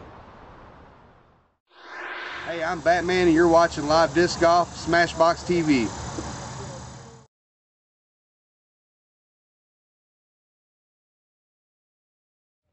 I'm John Pecunia. They call me Johnny Rumble. My PDGA number is 2540. I've been playing disc golf for 36 years. Disc golf has been such an important part of my life. It's brought many hours of happiness, friendships, and lots of competition.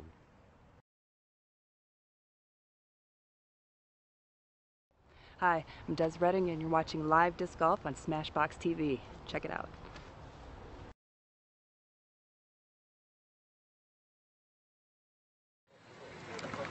All right, ladies and gentlemen, we are back for our 18th hole of the round, our 36th hole of the day. Of course, naturally brought to you by our friends at Legacy Disc, measuring in at 550 feet. As it says, OB is the fenced area on the right, the road and beyond on the left, and a double right mandatory on the oak trees.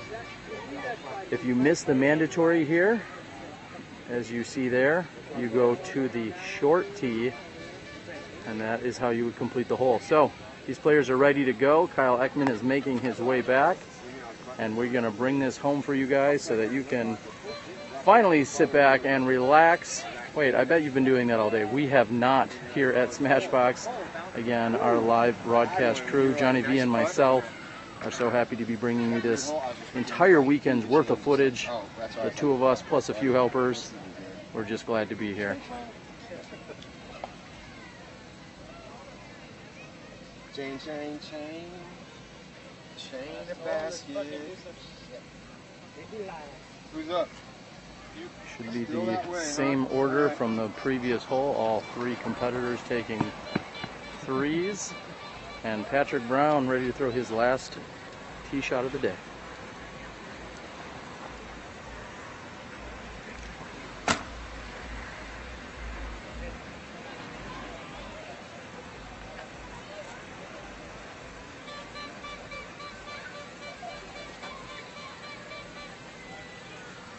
And Patrick having no problems getting to the right of the two Mando trees. However, his shot in fact went too straight. He was looking for a little bit of a left finish. And as I said, that was a dead straight shot. He was looking for a little bit of a hyzer finish there.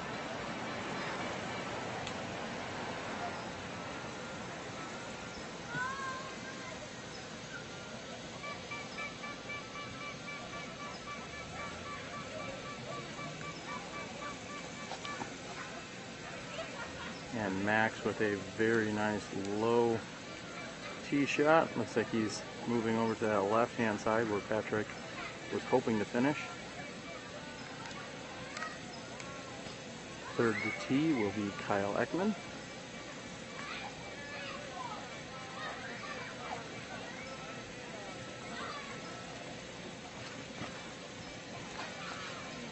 Kyle going out and around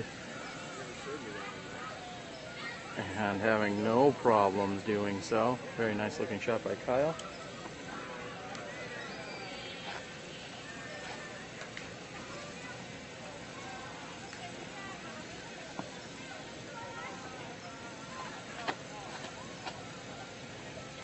And Dave almost flirting with the bridge. However, he gets a low skip shot and finishes hard left. There you have it. There's our 18th hole here at the Brengle Terrace Disc Golf Course.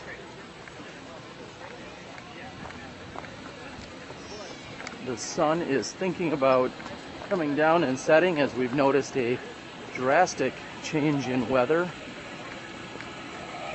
Cooling off nicely, just as our competitors are finishing up their last hole of the day.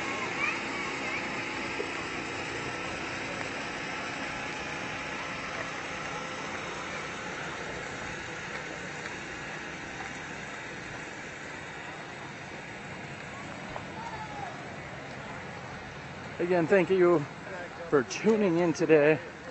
36 holes brought to you live out here in San Diego. It has been a long and grueling day.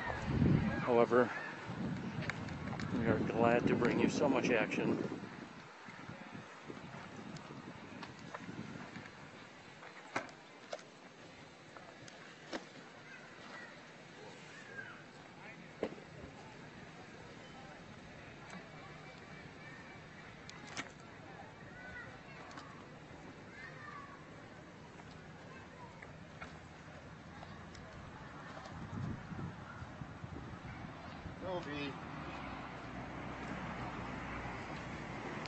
Patrick's shot throwing wide and to the right.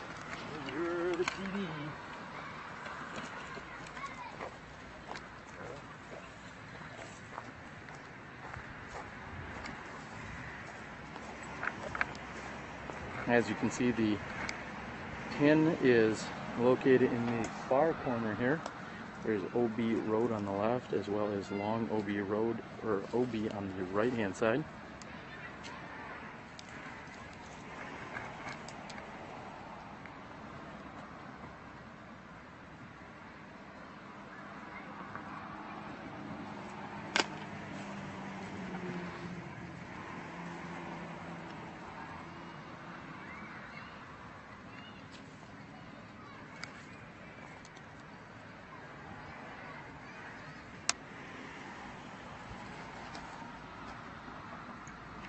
And Max throwing a very nice shot, headed straight for the pin, and comes up just behind it. I think he's going to be very happy with that. Looking at a birdie 3 opportunity.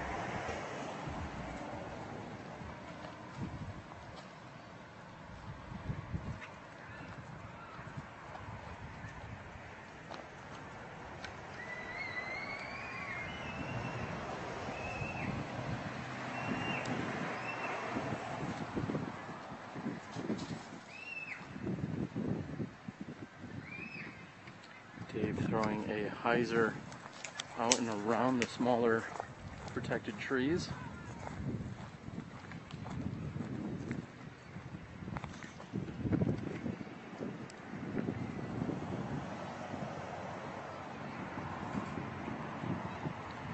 And Kyle got a slight skip up behind the basket.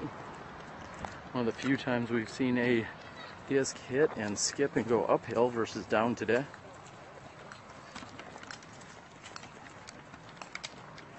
Of course, shortly following the completion of the round, as well as the edition of the scorecards. We hope to catch up with a few of our competitors here today from our second round leader card.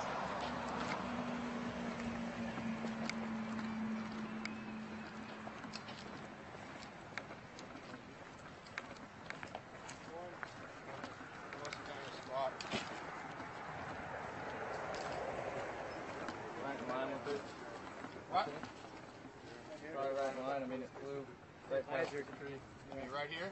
This look good? Pat expressing, I guess we'll call a little frustration here. Yeah, just the pole is what I would say. Right at the pole. Right here? Yep. Yeah.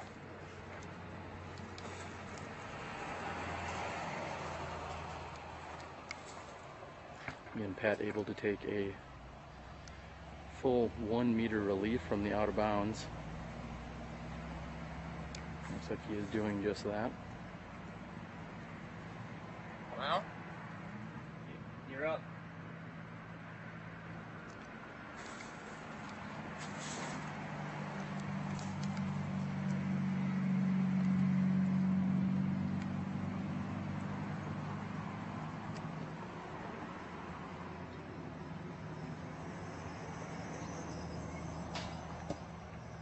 And Pat will be finishing his day with a bogey 5 here on hole number 18.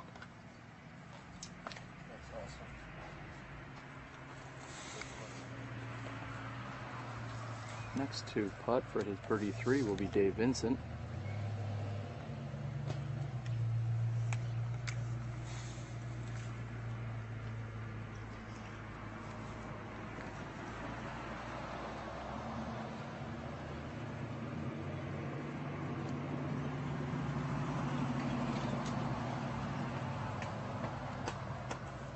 Dave's birdie attempt is wide.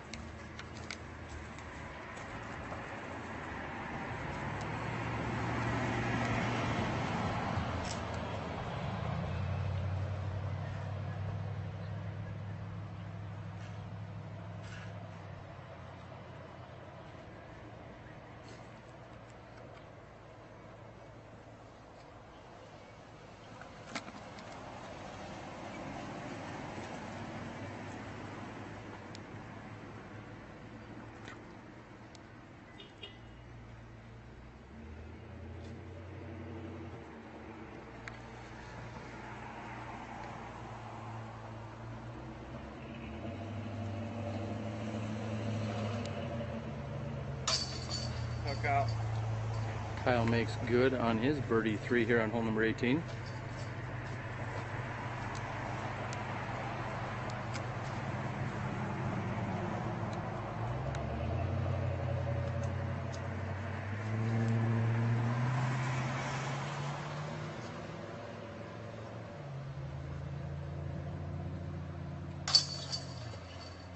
And Dave will put in for a par 4.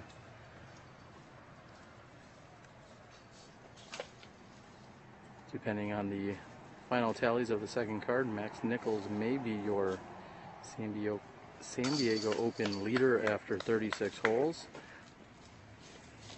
as he cards a birdie 3.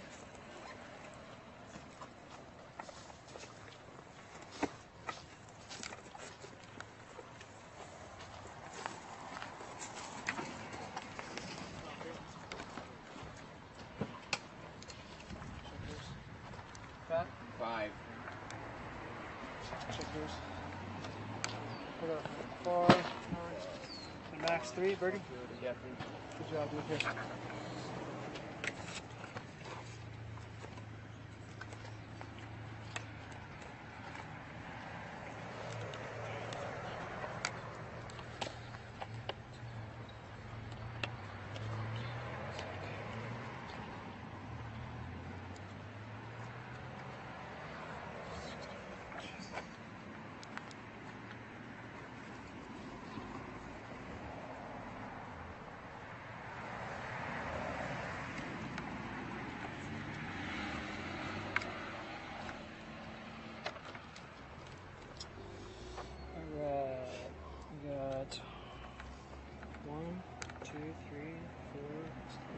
4 birdies. 4 bogeys.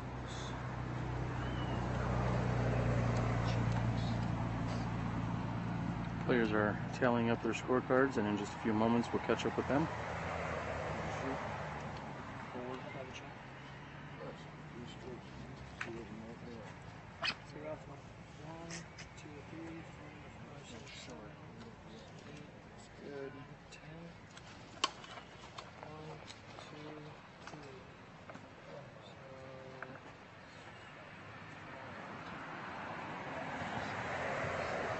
Good, my man. 5, 6, 7, 61. Okay.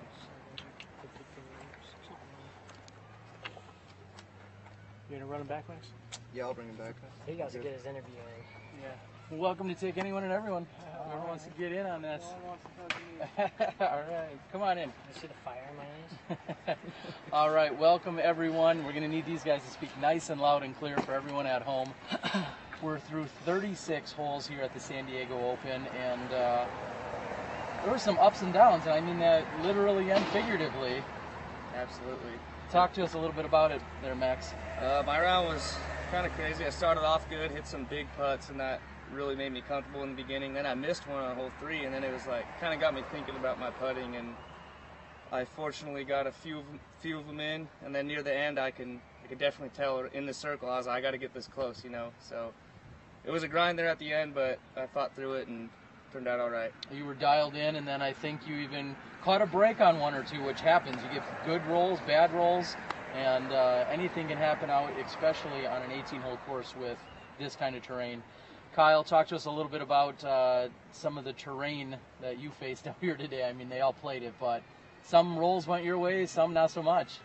I mean, what can you say? That's the name of disc golf. You know, you can't just dwell on the bad shots. You gotta, you know, keep pushing and want more good shots. So, I mean, yeah, took my bumps and bruises, kept my head up pretty much for the most part, and you know, only 4 back after that. I mean, it's gonna be fun tomorrow.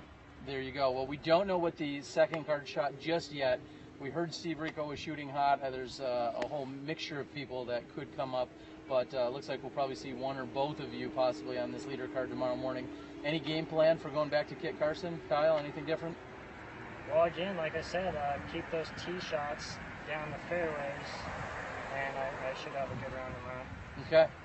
Max? Same game plans this morning. I think we both shot the hot round this morning, so I'm going to approach the holes the same way. All right, well, there you have it. That is Max Nichols and Kyle Ekman.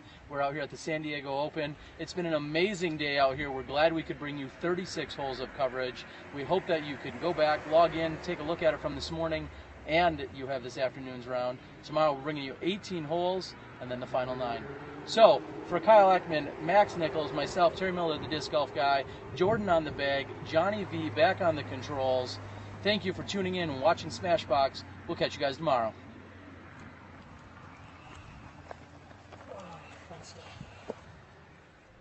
Hello everyone, we hope you're enjoying the show here on SmashBoxxTV.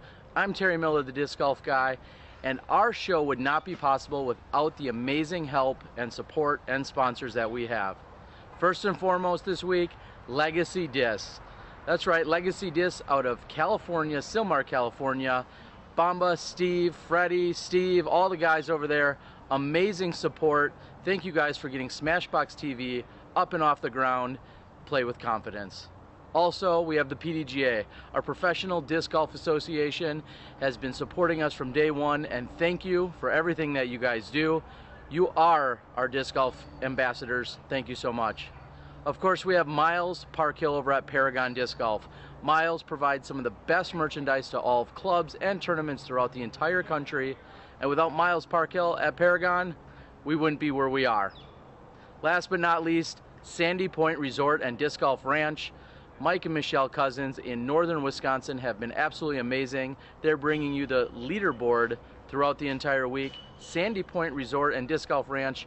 Check them out. It is my favorite disc golf course anywhere in the country. Check them out. sandypt.com, Sandy Point Resort and Disc Golf Ranch. So there you have it. We have an amazing set of sponsors. Everyone else that tunes in, watches, supports us on YouTube, supports us via Facebook, shares, likes, Twitters, the whole 9 yards. We also have our first run of SmashBoxx t-shirts, dry fits. So come on out, support us, and enjoy the show.